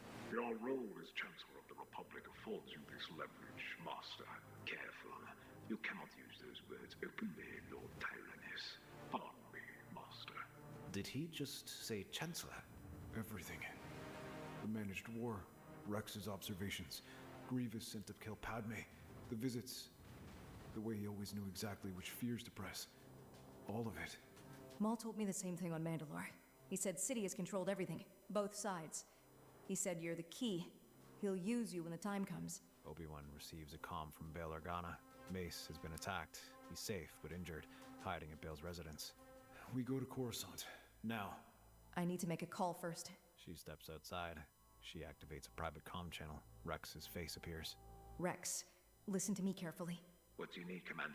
We're coming to Coruscant. The Chancellor is the Sith Lord. What? Are you sure? Affirmative. Listen. He is in the Republic's detention facility, level 5, Force Suppression Wing. When I give you the signal, you release him. Are you out of your mind? Why would I do that? I want you to release the only person in the galaxy who hates Sidious more than we do. If we fail against Palpatine, he is our last card. And if he turns on us? Then we deal with it after. If we're alive to deal with it. Understood, Commander. On your signal. Talk to him. Make sure he's ready. The comm cuts. Ahsoka stands in the Naboo evening air. She doesn't feel good about this. She does it anyway. Inside Bail's residence, Mace Windu sits with his arm in a sling, bruised but alert. Anakin, Ahsoka, and Obi-Wan are already present. The room is quiet until Anakin plays Bail's transmission. Silence follows the recording. So it's confirmed. Palpatine has the Senate behind him. That means the Republic is no longer neutral. It's under command. Then we need procedure. If we act without Senate awareness, we risk turning this into a civil fracture instead of a lawful correction. There is no lawful correction left in a system that has just handed itself to one man. We move before he tightens his grip further. And if you move too early, you lose the Senate entirely. Then what choice do we have? Not much. Padme, Mon Mothma, and I can hold what's left of the political structure, but only if there's still something to hold. It's going to be a massive power shift. This isn't just a power shift. It feels planned, like everything is already accounted for. Which is why we don't just rush into a direct confrontation. If Palpatine is controlling the flow of orders, he's already anticipating resistance. But we don't have time to lose. We need to do something. We will confront him and kill him. No, we cannot. We need to. He has the Senate and the Republic, Master Kenobi. This is the only choice. Sounds like it's now or never. 4 Jedi walk into the Chancellor's office. Palpatine sits behind his desk, datapad in hand, reading glasses perched on his nose. He looks up and sees them. What a collection. The deserter, the dropout, the cripple, and the professor. Have you come to arrest us? We don't as the Senate and the Republic, Master Kenobi. This is the only choice. Sounds like it's now or never. 4 Jedi walk into the Chancellor's office. Palpatine sits behind his desk, datapad in hand, reading glasses perched on his nose. He looks up and sees them. What a collection. The deserter, the dropout, the cripple, and the professor. Have you come to arrest me? We know what you are, Sidious. Sidious. That's a strong accusation, my boy. We have evidence. Recordings pulled from Grievous's sensor logs. Your voice, your orders. Ah, Master Windu. I see you survived your little incident in the Senate district. Unfortunate. Those separatist agents are so unpredictable. Drop the act, Chancellor. And young Tano, fresh from Mandalore. Tell me, how is your prisoner? Maul, isn't it? Still screaming in his cell, I imagine. Such a broken creature. I made him, you know. Built him from nothing. And when he failed me, I threw him away. Like I throw away everything that outlives its usefulness. So, you're just confessing what you did? Anakin, my boy. Yes, it doesn't matter now. All I'm talking to is a bunch of dead people. But this doesn't have to end badly. Not for you. You left the Order. You chose your family. I respected that. You sent a cyborg to murder my wife. A political necessity. Padme's connections made her dangerous. But you, Anakin, you are something far more important. Stand at my side. Your wife lives. Your children grow up in a galaxy shaped by their father's strength. All I ask is your loyalty. No. And the rest of you? Will you surrender your weapons and submit to the Republic authority? Or will you confirm every fear the Senate has ever had about Jedi tyranny? We're here to end your reign, Chancellor. Willing or otherwise. Otherwise, then... Senate security. Jedi intruders in the Chancellor's office. Full detail. Clone garrison as well. The response is immediate. Boots thunder in the corridor. Senate guards pour through the main entrance. Shock staves and blaster pistols raised. Behind them, clone troopers take firing positions along the hall, their rifles trained on the office doorway. You are traitors to the Republic. My guards will take you into custody. Resist, and you confirm everything I've told the Senate about the Jedi for the last 13 years. We'll take our chances. 4 lightsabers ignite. The guards charge. Ahsoka and Obi-Wan turn to meet them at the entrance. Ahsoka's dual blades spin through the first wave of Senate guards, deflecting shock staves and cutting through the armor with precise strikes. She stuns 2, kills a third, who fires point blank at her face. Obi-Wan forms a wall across the doorway. Blaster bolts deflect back into the clone formation. Troopers die. Others press forwards over their fallen brothers. Mace and Anakin advance on Palpatine. The Chancellor watches them come. He reaches beneath his desk, and a red blade ignites in his hand. He moves. The distance between them vanishes in a blur of dark robes and crimson plasma. His blade crashes into Mace's guard with a concussive impact that shakes dust from the ceiling. Mace absorbs the blow and counters. Their blades trade at speeds that turn the sabers into streaks of light. Anakin circles right and strikes at Palpatine's flank. Palpatine catches the strike without looking, his blade moving between both Jedi with fluid precision. He is faster than either of them expected, decades of hidden mastery compressed into every moment. He catches Mace in a backlock, then throws a force push that launches Anakin across the room. Anakin crashes into a bookshelf. Datapads and artifacts rain down on him. Mace presses alone. Vapad feeds the dark side energy radiating from Palpatine, his purple blade growing faster, more aggressive. Palpatine matches him. Their exchange tears through his office. The desk splits in half. A statue of a former Chancellor explodes into fragments. Palpatine blasts Mace with lightning. Mace catches it on his blade and redirects it to the ceiling. Palpatine snarls and re-engages with his saber. Anakin rises and charges back in. He catches a burst of lightning on his mechanical hand. The circuits overload with a sharp pop, and the fingers lock in a frozen grip. His hand is dead. He transfers his lightsaber to his left and keeps fighting. In the corridor, Ahsoka cuts down the last Senate guard and force pushes 3 clones into the far wall. Obi-Wan deflects a final volley of blaster fire, and the corridor falls quiet. Bodies and wreckage litter the floor. Ahsoka's comms crackle to life. Rex's voice, strained but alive. Commander, I'm in position at the detention facility, waiting on your signal. Is he ready? Trust me, he's dying to get out. Then do it. Now. Understood, Commander. Palpatine reaches into the Force and finds Anakin's mind. Images flood through him. Padme on a medical table, screaming. His children, cold and still. Darkness swallows the Lake Country house. Fire consuming everything he built. Anakin's guard drops. His eyes lose focus. Palpatine drives a boot into his chest and sends him sprawling across the broken floor. Ahsoka feels Anakin's distress through the Force. She turns from the corridor and charges into the office. Her dual blades spin low, aiming for Palpatine's legs. Palpatine catches her with a force grip mid-stride. She lifts off the ground, suspended, her blades still humming in her frozen hands. He slams her into the ceiling. Durasteel cracks. He drops her. She hits the floor hard, and she doesn't move. Obi-Wan charges in. Palpatine throws lightning that catches him mid-stride and hurls him across the room. His back hits the wall as he slides down, smoke rising from his robes. 4 Jedi, all down. Palpatine stands in the center of his destroyed office, breathing hard, the red blade humming in his hand. He walks to Anakin first. Anakin is on his hands and knees, shaking the visions from his mind. You could have had your family, your peace, your little house by the lake. I would have let you down her frozen hands. He slams her into the ceiling. Durasteel cracks. He drops her. She hits the floor hard, and she doesn't move. Obi-Wan charges in. Palpatine throws lightning that catches him mid-stride and hurls him across the room. His back hits the wall as he slides down, smoke rising from his robes. 4 Jedi, all down. Palpatine stands in the center of his destroyed office, breathing hard, the red blade humming in his hand. He walks to Anakin first. Anakin is on his hands and knees, shaking the visions from his mind. You could have had your family, your peace, your little house by the lake. I would have let you live. I always wanted you by my side, willingly. Go to hell. Such a waste. He turns away from Anakin. Mace is pulling himself up against the far wall. You, Master Windu, I have no use for. You have been a thorn in my side for 13 years.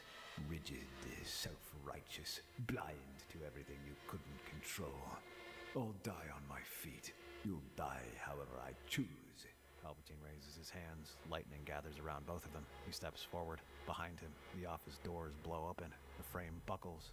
Smoke pours through the gap. More Jedi. How many strays did you bring, Skywalker? Hello, Master. Ah, more. How utterly surprising. Seems like you survived the little welcome party. Did you think I would stay buried forever? You threw me away on Naboo, left me broken in the gutter. Let me crawl through the filth of the galaxy for a decade while you played Chancellor. I replaced you because you failed. You were a tool that broke.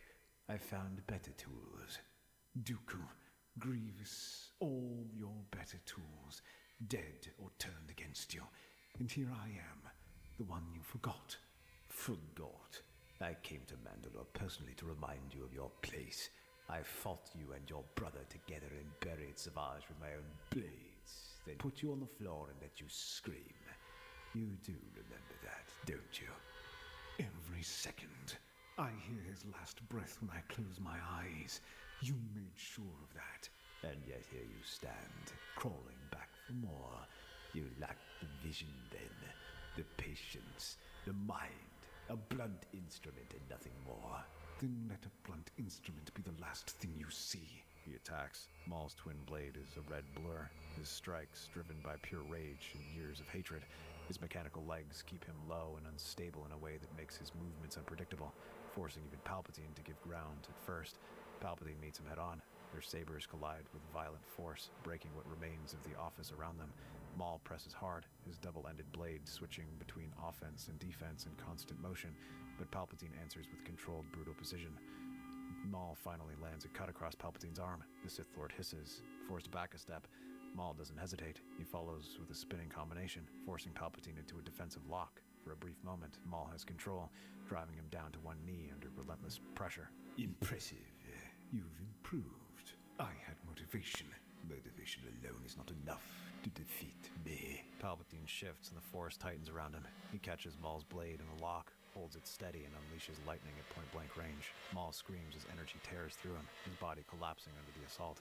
Palpatine throws him aside, but the moment breaks. Across the room, Anakin shakes off the vision clouding his mind. The false images of Padme's death fade. He reaches down, grabs his lightsaber with his left hand, his right arm useless at his side. Obi-Wan pushes himself up from the wall, injured but focused, igniting his saber. Ahsoka rises next, blood on her face, both blades igniting. Mace straightens, switching his grip as his purple blade flares, and then Maul forces himself up once more, reclaiming his weapon. 5 stand together. Palpatine looks at them, reading the situation instantly. The balance is shifted. He unleashes a storm of force lightning ripping through the room. The viewport shatters, wind tearing into the office high above Coruscant. Mace charges first, feeding Vapad into the storm. Anakin moves in tight arcs from the left. Ahsoka cuts low and fast. Obi-Wan controls the right flank. Maul presses straight forward, relentless. Palpatine is faster than all of them. He deflects, redirects, counters, holding his ground against 5 attackers at once. But the pressure builds. Slowly, inevitably, he begins to lose space. Mace locks blades with him. Maul strikes his arm at the same moment, forcing a cry of pain. Anakin drives his saber through Palpatine's side. The lightning erupts wildly, then collapses. A combined follow-up strike hit in sequence. Palpatine falls. The saber rolls away. Silence takes over, broken only by the wind through the shattered window. Maul stands over the corpse. His chest heaves. His yellow eyes are wide, unfocused, staring down at the man who made him and discarded him. He looks up at Anakin, then at Ahsoka. It's done. It is. Now, what? Leave. Leave before the clones arrive. Before I change my mind. He deactivates his saber. He walks to the shattered viewport and stands on the ledge. The Coruscant wind pulls at his robes. He looks out at the city stretching to every horizon. A galaxy without Sidious. A galaxy without a master. He steps off the ledge and drops into the Coruscant night. The wind howls through the destroyed office. 5 warriors stand among the wreckage. 4 Jedi in an empty space where a monster used to be. So, this was your final move, huh? It worked, though, didn't it? It did, but he's still on the loose. Again. Shouldn't we just capture him? Don't worry, brother. We'll catch him later. Republic security arrests them within minutes. 4 Jedi standing over the dead Chancellor, surrounded by dead guards and clones, having fought alongside a known Sith assassin. The charges write themselves. Padme, Bail Organa, and Mon Mothma present the evidence. The Grievous recording, Maul's testimony relayed through Ahsoka, the records of the staged attack on Mace Windu, the financial irregularities, the deployment patterns. The Senate resists. Palpatine's loyalists shout accusations. The fight is ugly and close. Bail Organa puts his career on the line. Mon Mothma speaks for hours. Padme testifies about Palpatine's visit to Naboo, his manipulation tactics, Grievous arriving weeks later to kill her. The vote passes narrowly. the Jedi are released. The Separatist military, without Grievous or Dooku, fractures. Some factions lay down arms, others continue as holdouts. The war winds down, in pieces, but front by front, system by system, they yield. Anakin returns to Naboo. His mechanical hand is destroyed. Burns mark his arms. A deep cut runs along his shoulder. Padme meets him at the landing pad. He holds her with his one working arm. She holds him back. Neither of them speaks. The twins are born weeks later, Luke and Leia. Obi-Wan is there. Ahsoka is there. Rex, out of armor for the first time Anakin has ever seen, is there. The Council offers Anakin's reinstatement. He declines. Why are you declining? Because I don't want it. But they're offering everything. I already have everything, Snips. The Order needs you, brother. I need you. I'm here, Master. With you. With everyone. The Order needs to figure out what it is without me. And I need to figure out what I am without the Order. The Jedi survive. They enter deep reform. Yoda steps back from leadership. Mace leads the restructuring, carrying the scars of the light that ended the Sith. On Naboo, in the Lake Country, Anakin wakes in the dark to the sound of his children crying. He gets up. Padme is already there, Luke against her shoulder. Anakin picks up Leia. She quiets against his chest. They stand together in the soft light. Two parents, two children. A life built on the decision to stop hiding. That's our theory. Star Wars is a galaxy filled with exciting stories and possibilities, and we love exploring them. If you want to accompany us on this journey to a galaxy far, far away, then please like, share, and subscribe to our channel.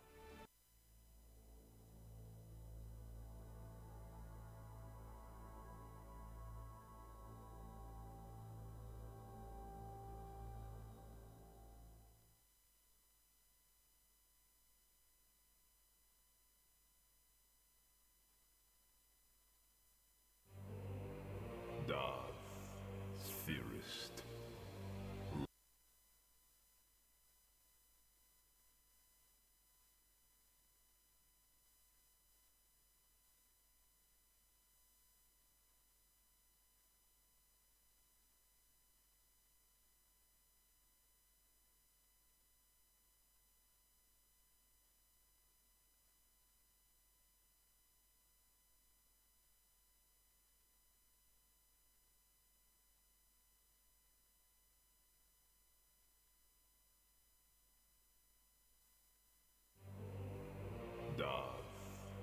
Theorist. Rise.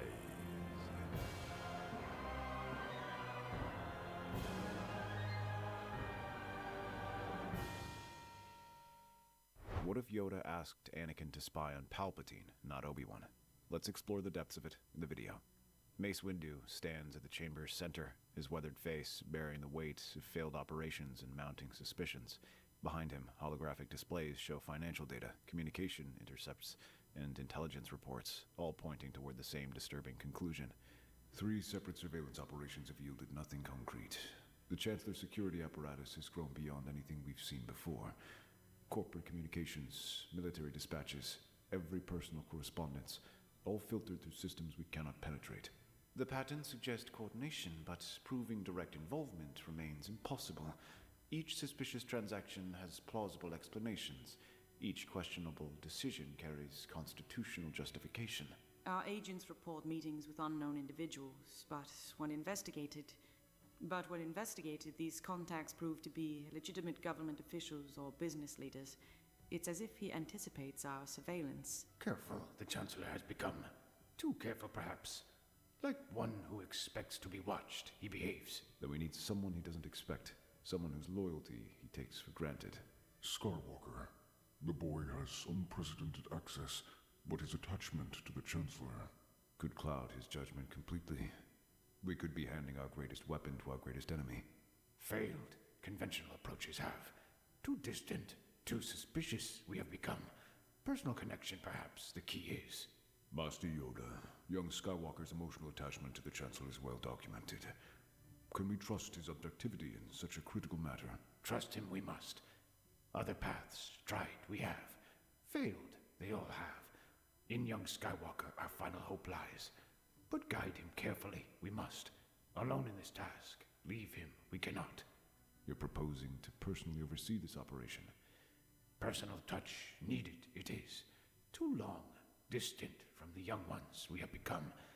Forgotten, perhaps, that trust must be earned, not commanded. The decision carries the weight of desperation disguised as wisdom. As the masters file out, their expressions reflect the terrible gamble they're about to undertake. In the temple's meditation gardens, ancient Corellian oaks filter the city planet's artificial light into natural patterns that dance across carefully maintained pathways. The air carries the scent of growing things, a deliberate contrast to the sterile, recycled atmosphere of the rest of the temple. Water trickles from carved fountains, creating sounds that mask conversations from potential surveillance. Yoda sits beside a reflecting pool, his gimmer stick resting across his knees, his eyes closed in what appears to be meditation, but is actually careful planning. The sound of speeders and air traffic feel distant here, replaced by the gentle whispers of cultivated wind through leaves and the soft splash of ornamental fish in the pool. Anakin approaches with measured steps, his boots silent on the stone pathway. The Grandmaster's summons have been unexpected, not the formal communication of official business, but a personal request delivered by a temple custodian. The information itself feels significant. Beautiful. This place is, Built it, the Jedi did. When first came to Coruscant, we did. Reminder of what we protect these gardens provide. It's peaceful here, Master. Different from the rest of the temple. Peaceful, yes. But also honest. See clearly in nature you can. What is hidden in civilization? About Chancellor Palpatine, speak we must. Close to him you have become. Trust you he does. More than any Jedi. The Chancellor has become my mentor, Master. He guided me through the transition to the temple life when... Good to you he has been. Question this I do not. But watch him carefully, have you? Observe his words, his actions, when others are not present. Master, I don't understand what you're asking me to. Failed. Other methods have. Intelligence networks, financial investigations, surveillance operations. All have yielded nothing. Too suspicious of the Council the Chancellor has become. But you, different your relationship is. You want me to spy on him? Watch carefully, I ask. Share what you see, not what others wish you to see. Trust your instincts, but report faithfully. Nothing more than truth seek we do. Master, the Chancellor's been very nice to me, though. Clouded by affection, judgment can become. But clear your heart remains. And Master Obi-Wan? Does he know about this? Too close to you, Obi-Wan is. Notice the change the Chancellor would. Suspicious he would become. Between us alone, this mission must remain. Time to reflect. Take you must. But decide quickly you should. Dark times ahead, sense I do. And prepared we must be. As the Grand Master shuffles away, his footsteps soft on the stone, Anakin remains by the pool, staring at his reflection in the dark water and wondering if he recognizes the person looking back. That night, alone in his modest quarters in the temple's residential wing, Anakin's mind churns through years of accumulated memories like a holographic archive set to rapid playback. Each interaction with Palpatine takes on a new significance when viewed through the lens of potential deception. He remembers their first meeting, a 9-year-old boy terrified and overwhelmed, finding kindness in the Chancellor's warm smile. But now, examining the memory with adult understanding, he notices details that escaped his child's awareness. How quickly Palpatine gained his trust, how perfectly his words addressed Anakin's specific fears and insecurities. And the dreams, the nightmares had begun. Visions of Padme dying in childbirth, screaming his name while he stood helpless, unable to save her despite all his power. How does he always know exactly what to say? How does he always have the perfect response to my fears? The questions multiply like fractal patterns, each answer generating new uncertainties. Sleep, when it finally comes, brings no peace. When the Council discusses deploying forces to Kashyyyk for the final assault on Separatist positions there, Yoda makes an unexpected decision. Master Yoda, your presence on Kashyyyk would ensure... Send Master Luminara, we will. Here, needed I am. The other masters exchanged surprised glances. Yoda has never before declined a crucial military deployment. Young Skywalker. At a crossroads he stands. His fear, his desperation. Vulnerable to the Chancellor's manipulation he remains. Failed him once by keeping distance. We did. Fail him again, we cannot. You believe he needs guidance through this crisis? Too much depends on his choice. Dark times ahead, I sense. Leave his side now, and lost to us he may be forever. 4 days later, Anakin enters Chancellor Palpatine's private office carrying a routine military briefing, but his enhanced awareness makes everything feel different. The opulent space, with its rich furnishings, priceless artwork, and carefully positioned furniture, now strikes him as a stage set designed to create specific impressions. Palpatine sits behind his massive desk, reviewing holographic displays with focused attention that has made him legendary among Republic politicians. When he notices Anakin's entrance, his face transforms with that familiar warm smile that has comforted the young Jedi for years. Anakin, my boy, please sit. You look troubled lately. The burden of command weighs heavily on your shoulders, doesn't it? Just processing recent events, Chancellor. There's a lot on my mind lately. You look tired, my boy. Like you haven't been sleeping well. Are the nightmares troubling you again? What makes you think I'm having nightmares? My dear boy, I've known you since you were 9 years old. I can read the signs. The exhaustion, the fear lurking behind your eyes. You're terrified of losing someone precious to you, aren't you? The Jedi Council would tell you to suppress those fears, to let go of your attachments, but they don't understand what it means to truly love someone, do they? War demands terrible sacrifices from those with the strength to make them, but the Council lacks the emotional maturity to comprehend the weight you carry. The Council has its wisdom. Wisdom? They fear you, Anakin. Your power threatens their comfortable mediocrity. But imagine what you could accomplish with proper guidance. There are abilities that transcend their limited teachings. Powers that could prevent the very futures you see in your dreams. What kind of abilities? The power to influence the very fabric of life itself. To cheat death. To save those you love from the fates that haunt your sleep, my boy. The Jedi teach that death is natural. The Jedi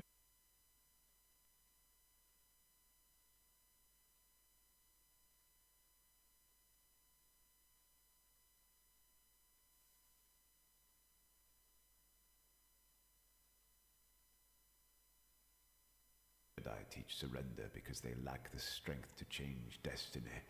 But you're different, Anakin. Special. Together we could explore possibilities they're too frightened to imagine. I should let you return to your work, Chancellor. Think about what we've discussed. Your nightmares don't have to become reality.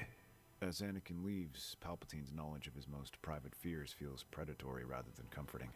In the council chamber is meditation alcove, a small chamber adjacent to the main meeting space used for private reflection. Yoda waits in perfect stillness. The room contains only a simple cushion, a small altar holding a crystal that catches and refracts natural light, and windows that frame Coruscant's endless urban landscapes. When Anakin arrives, moving with the careful controlled steps of someone carrying emotional burden, the Grand Master's eyes open slowly, ancient wisdom focusing on his young visitor like a gentle but inexorable force. Master, he speaks of power over death, of preventing futures that haven't happened yet, of controlling destiny. Speaks of many things, does he? But speak of fear, mostly he does.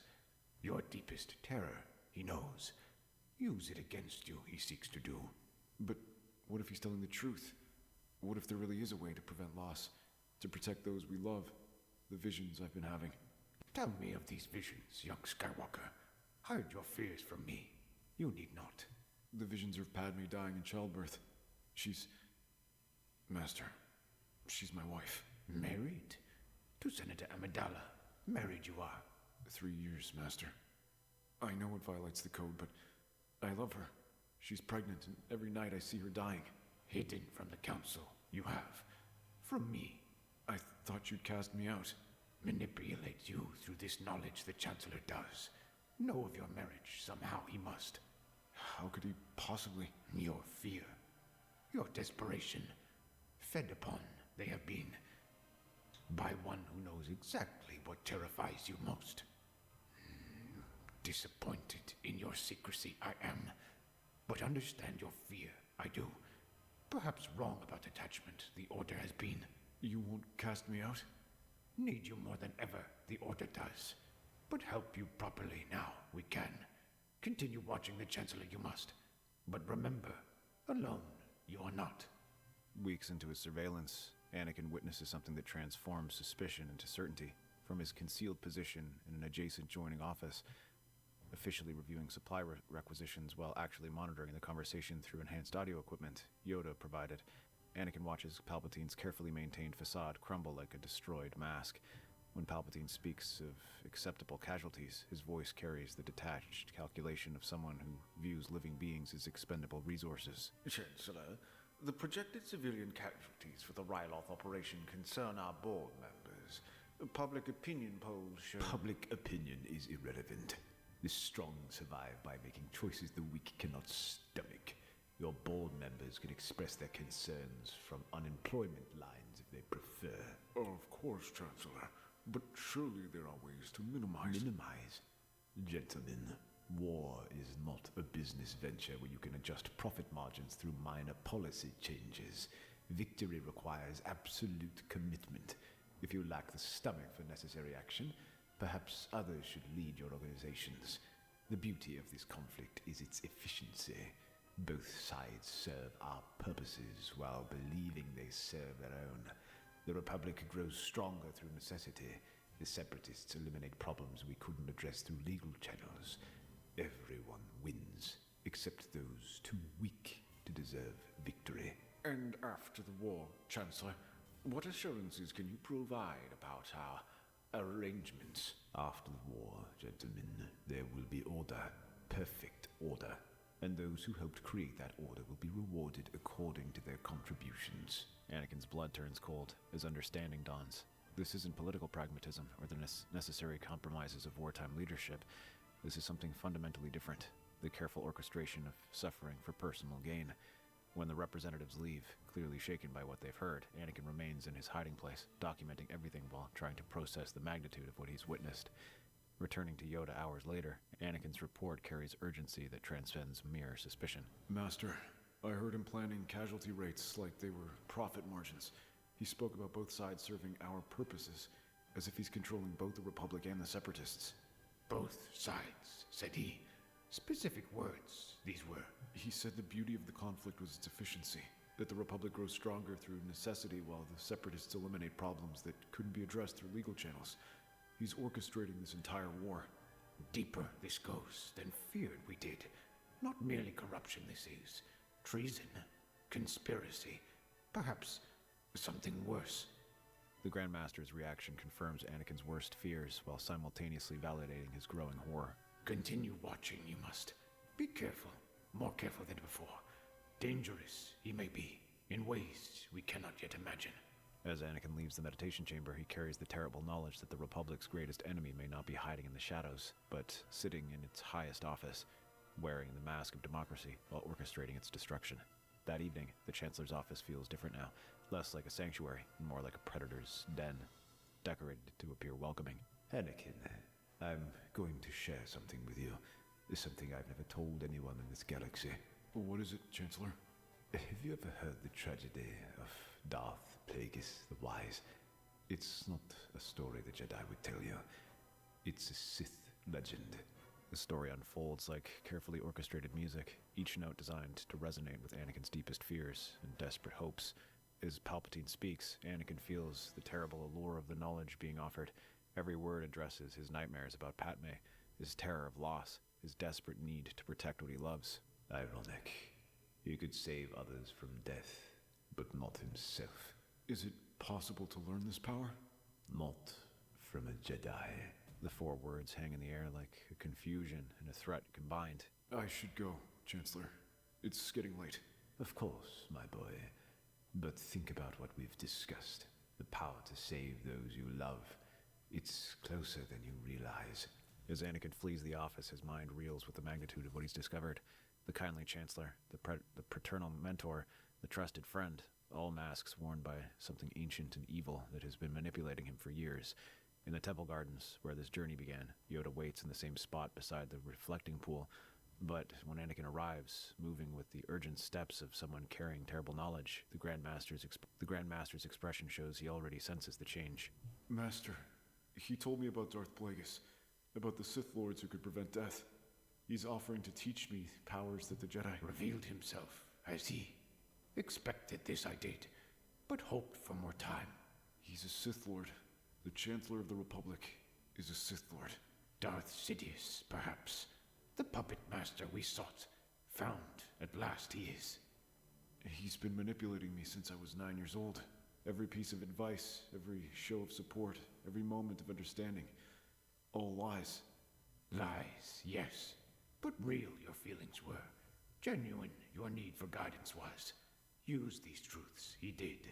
But created them, he did not. But the power he offered, the ability to save Padme from the visions. Fear of loss he uses against you. But tell me, young Skywalker, these visions of death, when did they begin? Before the dream started. Peaceful your sleep was. They started about 6 months ago. Just after I began spending more time in the Chancellor's office. Planted, perhaps these visions were. Fed by fear, nourished by desperation, grown into weapons against your peace. Real your love for Padme is. Real your desire to protect her. But trust in the Force you must. Trust in the light. Save her you wish. Then choose the path that preserves who you are. Over the following days, through multiple conversations in the gardens, Anakin gradually shares everything. His secret marriage, his fears about the future, his desperate need to prevent loss at any cost. But instead of condemnation, he finds understanding. Attachment and love. Different they are. Possess someone you cannot, but cherish them, honor them, fight for them. This, the path of light, is. The Council teaches that attachment leads to suffering. Misunderstood, sometimes the teachings are. Fear of loss leads to suffering, but love itself. Love leads to understanding, to sacrifice, to hope. Working through Republic legal channels and trusted allies, Yoda and Anakin begin building a case that transcends individual accusations. Anakin's recordings of Palpatine's private conversations, financial data showing war profiteering, communication intercepts suggesting coordination with separatist leaders, all combined into a pattern of treason that becomes impossible to ignore.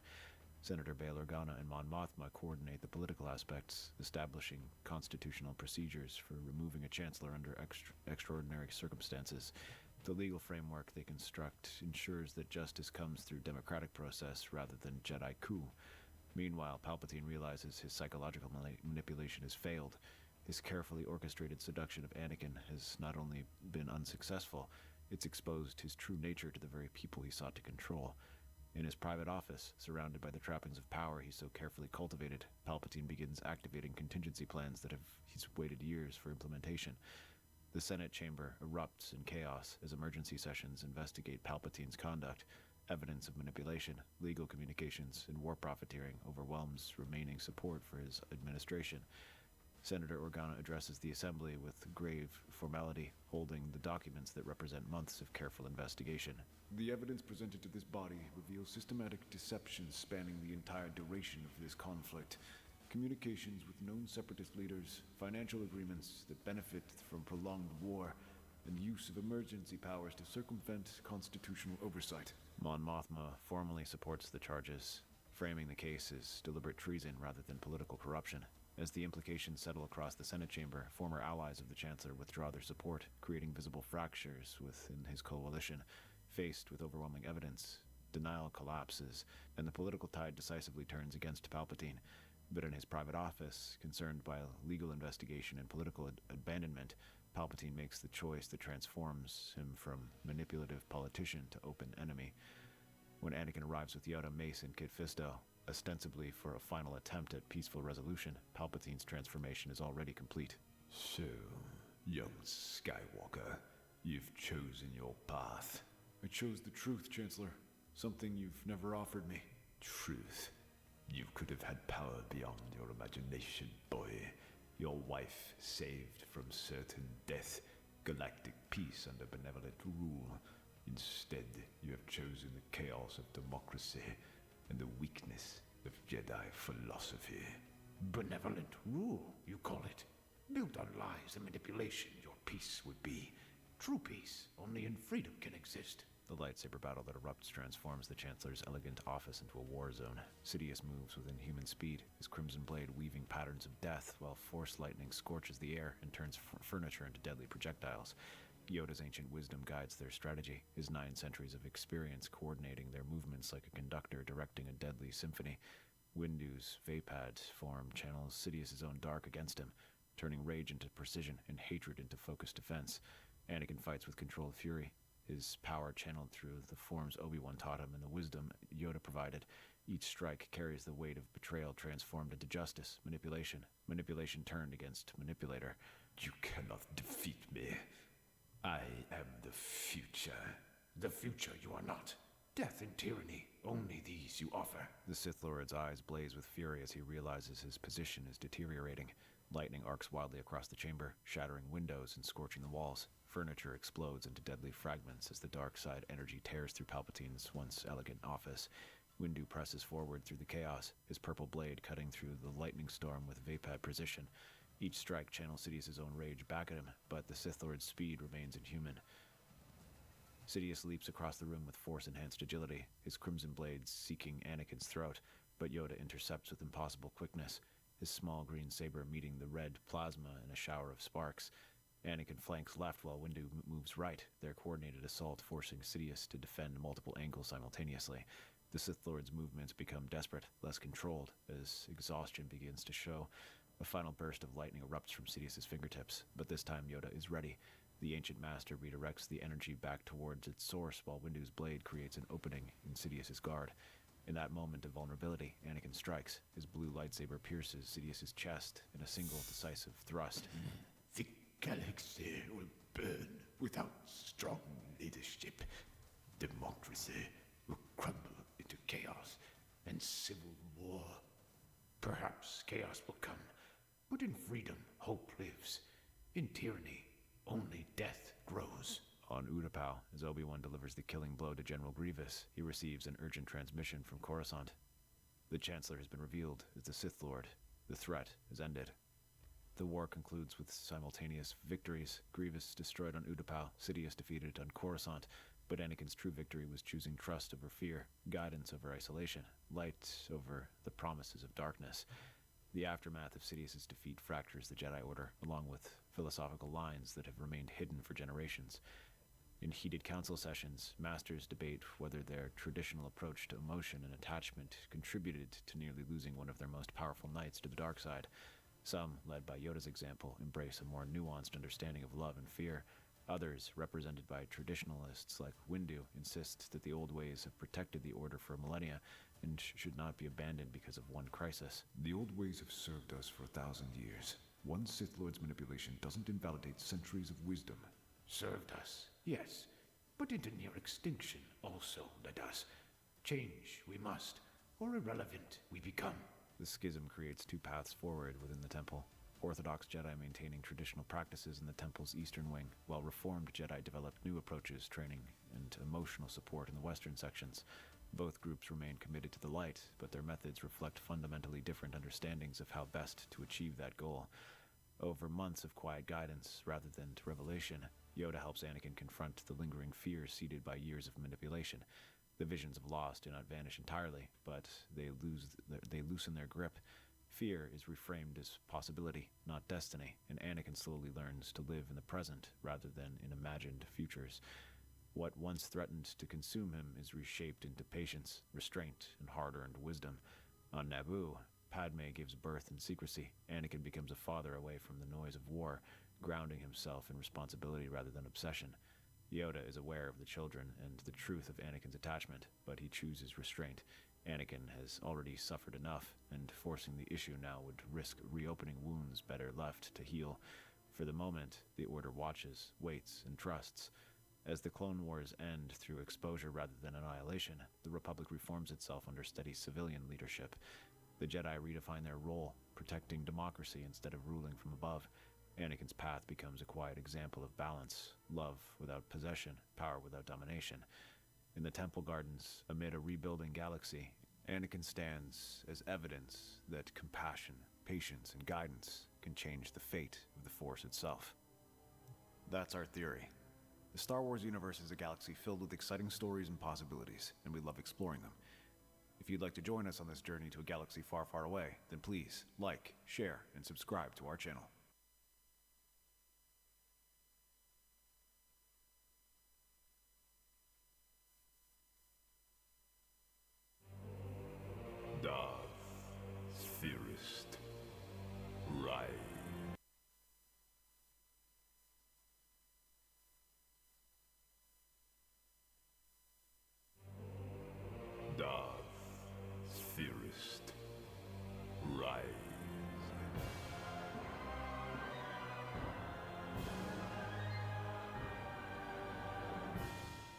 What if Darth Vader's explosion of rage killed Palpatine? Let's explore the depths of it in the video. Is she all right? It seems in your anger, you killed her. I couldn't have. She was alive. I felt it.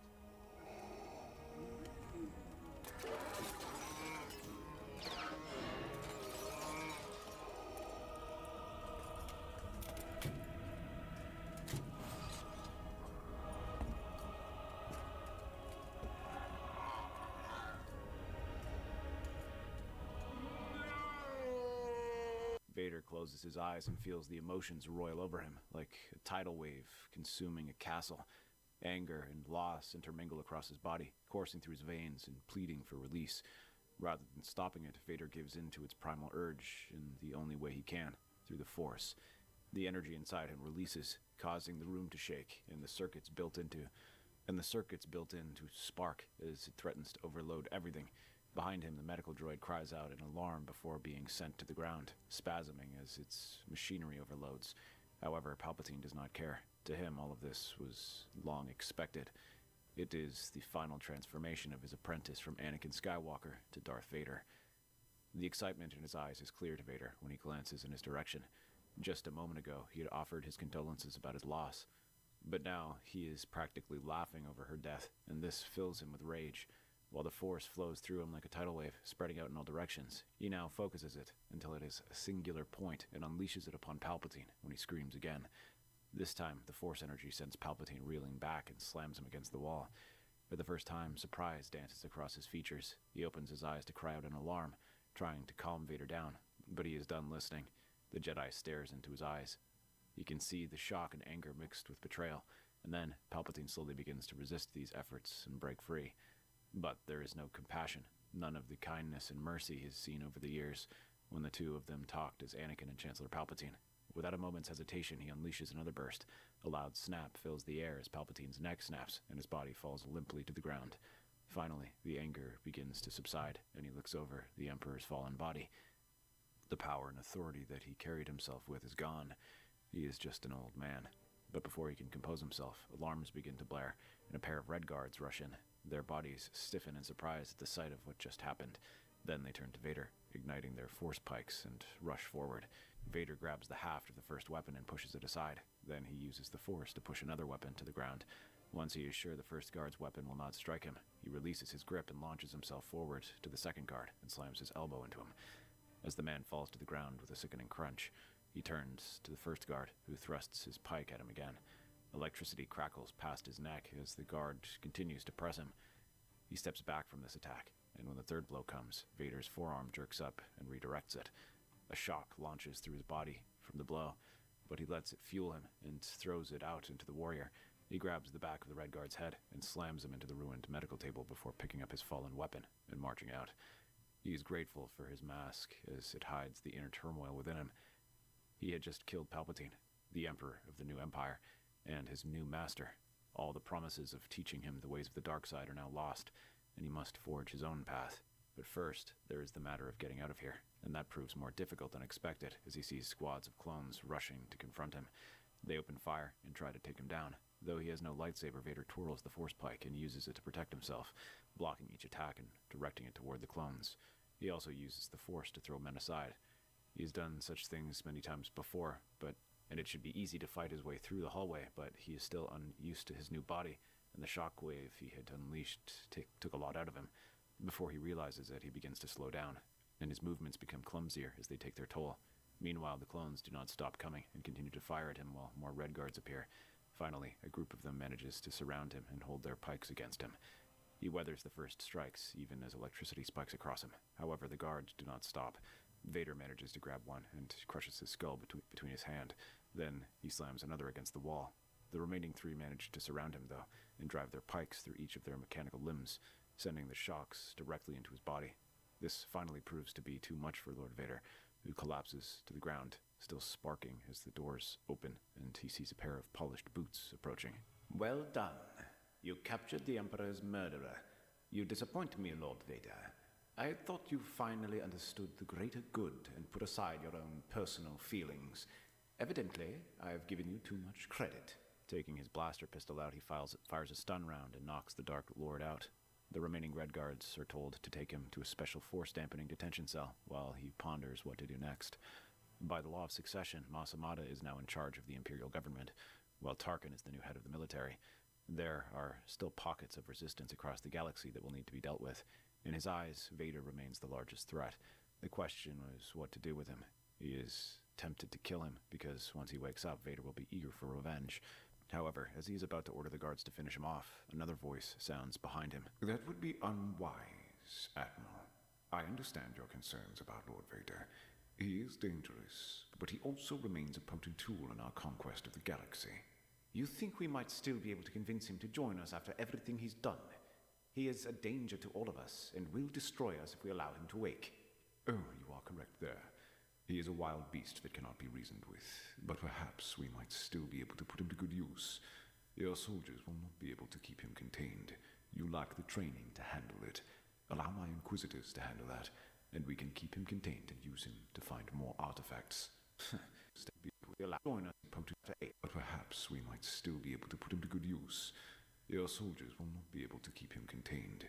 You lack the training to handle it. Allow my Inquisitors to handle that, and we can keep him contained and use him to find more artifacts. What is your use for him? A glorified tracker? It would seem like a waste of resources, given what we have invested in him. But very well. Keeping him shall be your order's responsibility. Take care, though. I have no room for failure. The Grand Inquisitor bows and orders Vader to be transported to the Fortress Inquisitorius, in a special sarcophagus used by Mandalorians to hold Force users. However, he has an inhibitor chip implanted to keep him obedient. Due to the extensive damage to his body, it is impossible to put it in directly, so instead he places it in his armor. This means that Vader is still able to resist, but the Grand Inquisitor then activates his armor, threatening to cut off his life support, or sending shocks through his body if he tries to resist. And then the real work begins. The Grand Inquisitor consults ancient Sith holocrons to perform the ritual he is about to do next. These once spoke of the Infinite Empire, and how they sought out Force-rich planets. They did this through an elite group called the Force Hounds, whom they used to sniff them out. He begins this ritual with Vader, gathering his strongest Inquisitors. He has Vader laid out in a circle, and then begins channeling the Force into him. They can feel the connection the Dark Lord has with it. It flows through him as ever, though recent events have frayed these ties, and that is what the Grand Inquisitor begins to use. They unleash the full brunt of the dark powers on him, sending waves of the Force not to flow through him, but to flood his mind, to force his connection from the body. The Dark Lord tries to resist these efforts. He strains against his bonds, trying to push them off and fight off the Inquisitors. 4 of them must restrain him, but the Grand Inquisitor continues to push forward, unleashing the full power of the Force on the Sith. As he forces the powers from Vader's mind, the only sanctuary Vader can find is spreading his Force elsewhere, across the galaxy. Once there, his presence is diffused in the vast sea of energy. The other Inquisitors are sure to track this, keeping close watch of where his mind flows, naturally going where the Force is strongest. From there, he begins to train his mind to go, directing him to places where the dark side is rich, searching for hidden temples, ancient cities, and forgotten tombs. Places that they can find knowledge that even Palpatine might not have known about. Soon enough, the first images begin to flash across their mind, directing them to use these ancient places. The Grand Inquisitor immediately sends his best agents to begin tracking them down and searching for anything valuable. However, he knows that he cannot simply do this without drawing attention, and must find a suitable cover. For that end, he uses Vader and gives him command of their purge troopers to begin putting down rebellions. This is the only time that Vader gets any reprieve from the torment inflicted on him by the Inquisitors. Because of that, he is keen to unleash his rage on something and give him some semblance of control over what is happening to him. He unleashes his full fury upon the hapless rebels, slaughtering them across a dozen systems with the Empire's purge troopers. This wins Vader infamy across the galaxy as a butcher and little more than a monster. However, it also helps keep Tarkin satisfied to see Anakin put to good use. Although cases of friendly fire are high with Vader, those are acceptable losses so long as he gives no indication of rebellion. Meanwhile, Obi-Wan watches all of this and struggles to make a decision. Yoda's plan was to simply wait out the Empire and train Luke and Leia when they were ready. But that was because they feared Palpatine and how powerful he was. With him gone, this changes everything. They now have a golden opportunity to end the Empire before it can fully sink its claws into the galaxy. While a part of himself reminds him of the plan and to be patient, Obi-Wan hears these reports and cannot remain silent, not any longer. When words of massacres and the brutal treatment of rebels surface, Obi-Wan feels his resolve grow. But that isn't the only thing he hears. There are always a number of growing reports of children disappearing. Force-sensitive children, Padawans and younglings. Those few who managed to escape the fall of the Jedi Order now find themselves being abducted by the Inquisitors. This is enough to make his decision. He enters his small hut and rummages through his meager possessions. Obi-Wan gathers his belongings and dons his Jedi robes one final time before clipping his lightsaber to his belt. Taking one last look at his hut, Obi-Wan marches off. He first decides to approach Yoda on Dagobah to explain his decisions. The wizened Jedi Master nods his head as Obi-Wan reveals everything he knows, including the disappearance of the children. A grave loss, yes. The Empire snuffing out the future, it is. But break our plan, Obi-Wan. The future of the galaxy, at stake it will be. And I risk more by doing nothing, Master Yoda. What kind of future will there be if the Jedi just sit back and allow something like this to happen? We allowed that to happen before. I do not think I can simply watch it happen a second time. If we are bringing Luke up as a Jedi, then we should first make sure our order is worth following. Yes. Mistakes we have made. Grave mistakes. And paying for them, the galaxy is. But what is your plan to fix it? This Darth Vader. It has to be Anakin. There is no doubt about it. I need to find him and stop him, even if it means tracking him system by system. Then help you, I will. Strange patterns I felt in the Force. Like the signal of a transmitter, it is. So, they're searching for something. Teach you to sense them, I will. Perhaps do this. Find Vader, you may. Obi-Wan nods, and the two of them sit down as Yoda begins to explain what he has been up to since their departure months ago. Since then, he's focused on reconnecting with the living Force as he had long ago. Dagobah proves to be the ideal testing ground, allowing him to connect with the rich life of this planet. But now he begins to sense the Force at large, beyond this planet. He shows this to Obi-Wan as they spend hours meditating, letting their surroundings fall away as their presence grows lighter, so much so that it begins to leave their body. Through these exercises, Obi-Wan begins to feel the tremors of the Force as well. The strange changes causes him to have a headache, as if the tremors are happening within his head. But from them, he sees a flash of whatever is causing them. He sees a great brooding fortress in some unknown system. From there, he senses a great pain radiating from the fortress, as if the Force itself is screaming. Obi-Wan recoils at the sight, but there is a familiarity to it. The presence he has sensed before. But before he can fully materialize a thought, the image shifts. Instead, he sees an armored figure in a prison cell. He screams as he is strapped down on a table. Then he sees ships approaching a remote planet far off in the outer rim. Obi-Wan's eyes open, and he nearly falls over as he feels these images flood through him. Yoda helps him, but the idea that he leaves behind is still clear. There is trouble brewing, and something big is going to happen. He tries to stand up and prepares to leave, but Yoda shakes his head. He closes his eyes, his wrinkled face growing concerned as he sees those same memories. Dangerous, this task is. Perhaps before finding your enemy, you must first find a friend. With some urging, he sits with Obi-Wan yet again for another meditation session. This time, their efforts bring them to a simple agricultural world in a remote system. There is far less resistance than he expects as he sees the figure they're looking for, a young Togaruta helping load up the crop in a speeder. Obi-Wan opens his eyes and begins gathering his things as he prepares to leave. Yoda offers to continue studying and understanding the living Force as the starship takes off towards this unknown system. By the time he arrives, the farming colony is in a ruin. The entire compound is being burned to the ground, save for a handful of surviving farmhands and Ahsoka. When she looks up, her eyes widen at the sight of Obi-Wan. The two of them say nothing, as the Jedi simply embraces his young companion as she begins to cry. As the farmhands are taken to safety, he begins to explain everything that happened to him and what he found. Ahsoka listens numbly to the story. Only the mention of Anakin causes her face to light up suddenly, but any hope soon crumbles as she hears what is happening and how they might be gathering younglings and Sith artifacts. Finally, Obi-Wan takes a deep breath and asks for help. Ahsoka, I know you are no longer a Jedi, but I cannot do this on my own. You are the only person I can trust with this task. Are you sure this armored being is Anakin? His presence is unlike any other.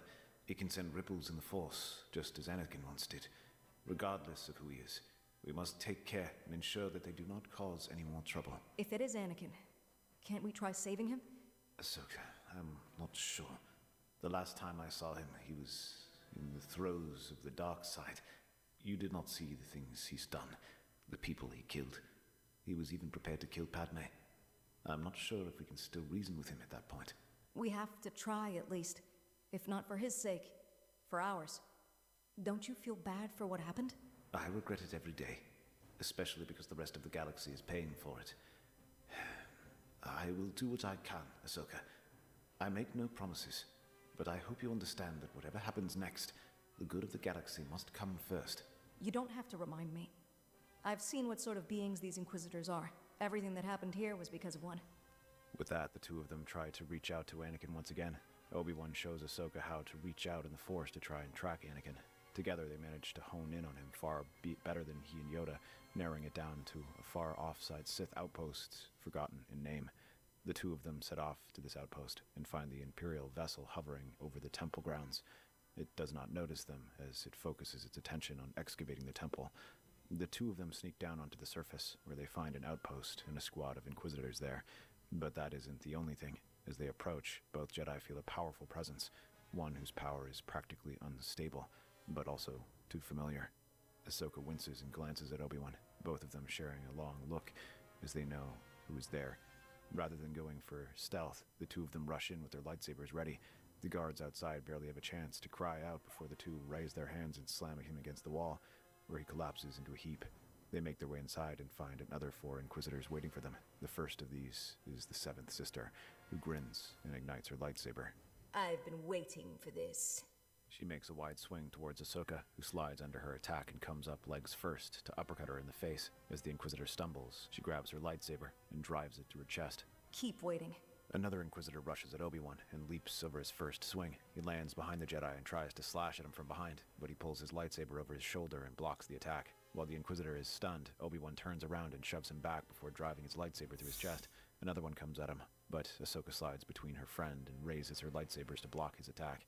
She spins low and aims for his legs. While he manages to halt this attack, he stumbles back when Ahsoka's blades spin up against the ground, sending sparks all over his feet. Obi-Wan leaps towards that last Inquisitor, who tries to spin her blades around and drives him back. It is a maneuver he's seen several times in his encounter with Grievous. Rather than face it head-on, Obi-Wan begins to step back, and the Inquisitor advances on him, thinking that she has the advantage. However, he uses the Force to hurl rocks at her. Chuckling, the Inquisitor whirls around and shatters them with her lightsaber, just as Obi-Wan wants. He lets the debris scatter, but then directs it directly at her face. She yelps out and tries to wipe it from her eyes just as Obi-Wan leaps forward and drives his lightsaber through her heart. She falls just as Ahsoka finishes off her opponent as well, sending him sprawling and then reversing her grip to cut him down. This leaves only Vader, who is in the main chamber and retrieving a strange mask from a pedestal when the two approach. Raising their lightsabers, he turns around, and for the moment, he is unable to move as he simply stares at the pair, trying to make sense of their sudden appearance. Anakin. Master, what are you doing? This isn't you. Ahsoka, leave this place. And you, Master, get out of my sight before I kill you. I am not afraid of you, Anakin, and I will not step back when I know what ignoring this carnage will bring. Return the artifact now and think about what you're doing. The Inquisitors will be using that for themselves. You will be damning countless by giving in to them. Anakin, please. You're being manipulated by them. I know it. You're a good man. It seems like these words reach Vader. His body tenses, and he starts to look over at her, his expression softening for a moment. But then his body goes rigid as he begins to ignite his lightsaber and approach them. The pair step back and prepare themselves for the attack, and then he unleashes another shockwave that sends them both stumbling and leaves the entire temple shaking ominously. Vader does not wait around and leaps around to attack them, his lightsaber springing to life as Obi-Wan blocks his attack. He squats his body and blocks the strike, pushing it down into the ground, but Vader pushes his hand forward and throws him against the wall. The Dark Lord follows up on this attack and rushes to face Obi-Wan. Ahsoka leaps up and brings her lightsaber down on him. Vader blocks this attack and pushes him aside, then reaches for the crumbling wall and sends it crashing towards them. This causes the entire structure to grow unstable, and the two Jedi look around in shock, but Vader is already marching off. The ceiling groans, stones crashing down around them. Obi-Wan coughs, pulling himself from the rubble. Ahsoka is already on her feet.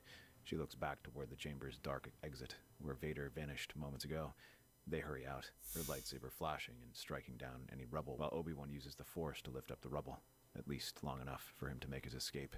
We have to go after him. He made his choice, Ahsoka. He hesitated, Master. I sensed him still in there.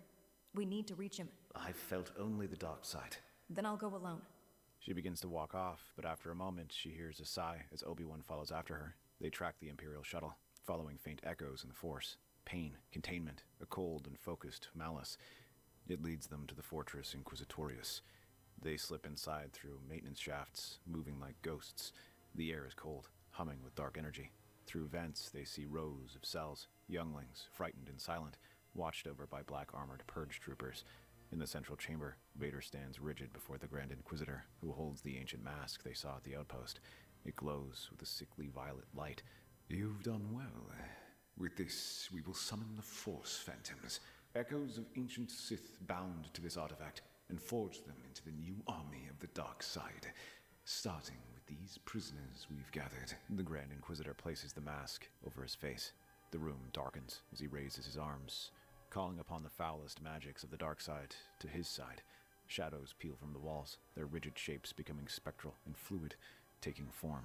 Spectral warriors with glowing red eyes. They sweep toward the cells, and the younglings scream. Before they can close in, Ahsoka leaps between them, her lightsaber is igniting and slashing at the closest phantoms. Obi-Wan follows and raises his hand. The phantoms recoil as he projects his power upon them, leaving them shuddering and retreating. Ahsoka takes this chance to shatter the cells and opens a path for the younglings. She follows them and begins to deflect blaster fire from the purge troopers. She rushes towards them and disables their weapons before freeing the other prisoners, while Obi-Wan moves to block Vader and the Grand Inquisitor's path. Phantoms rush at them, but the Jedi begins to cut them through. His movements a blur, his lightsaber cuts through them as if they are corporeal foes. As he cuts through the 10th one, Vader rushes to face him, his lightsaber ignited and moving with terrifying speed. This time, he doesn't have the strength to beat it back as Obi-Wan stumbles. Vader does not give him the ground to recover and continues to advance upon him, sweeping his lightsaber again and again. The dark power that controls him, the only thing that he can feel with his armor, feeds him strength. This time, Vader has no interest in stopping it, letting out another shockwave. It sends Obi-Wan flying back, and the Dark Lord after him.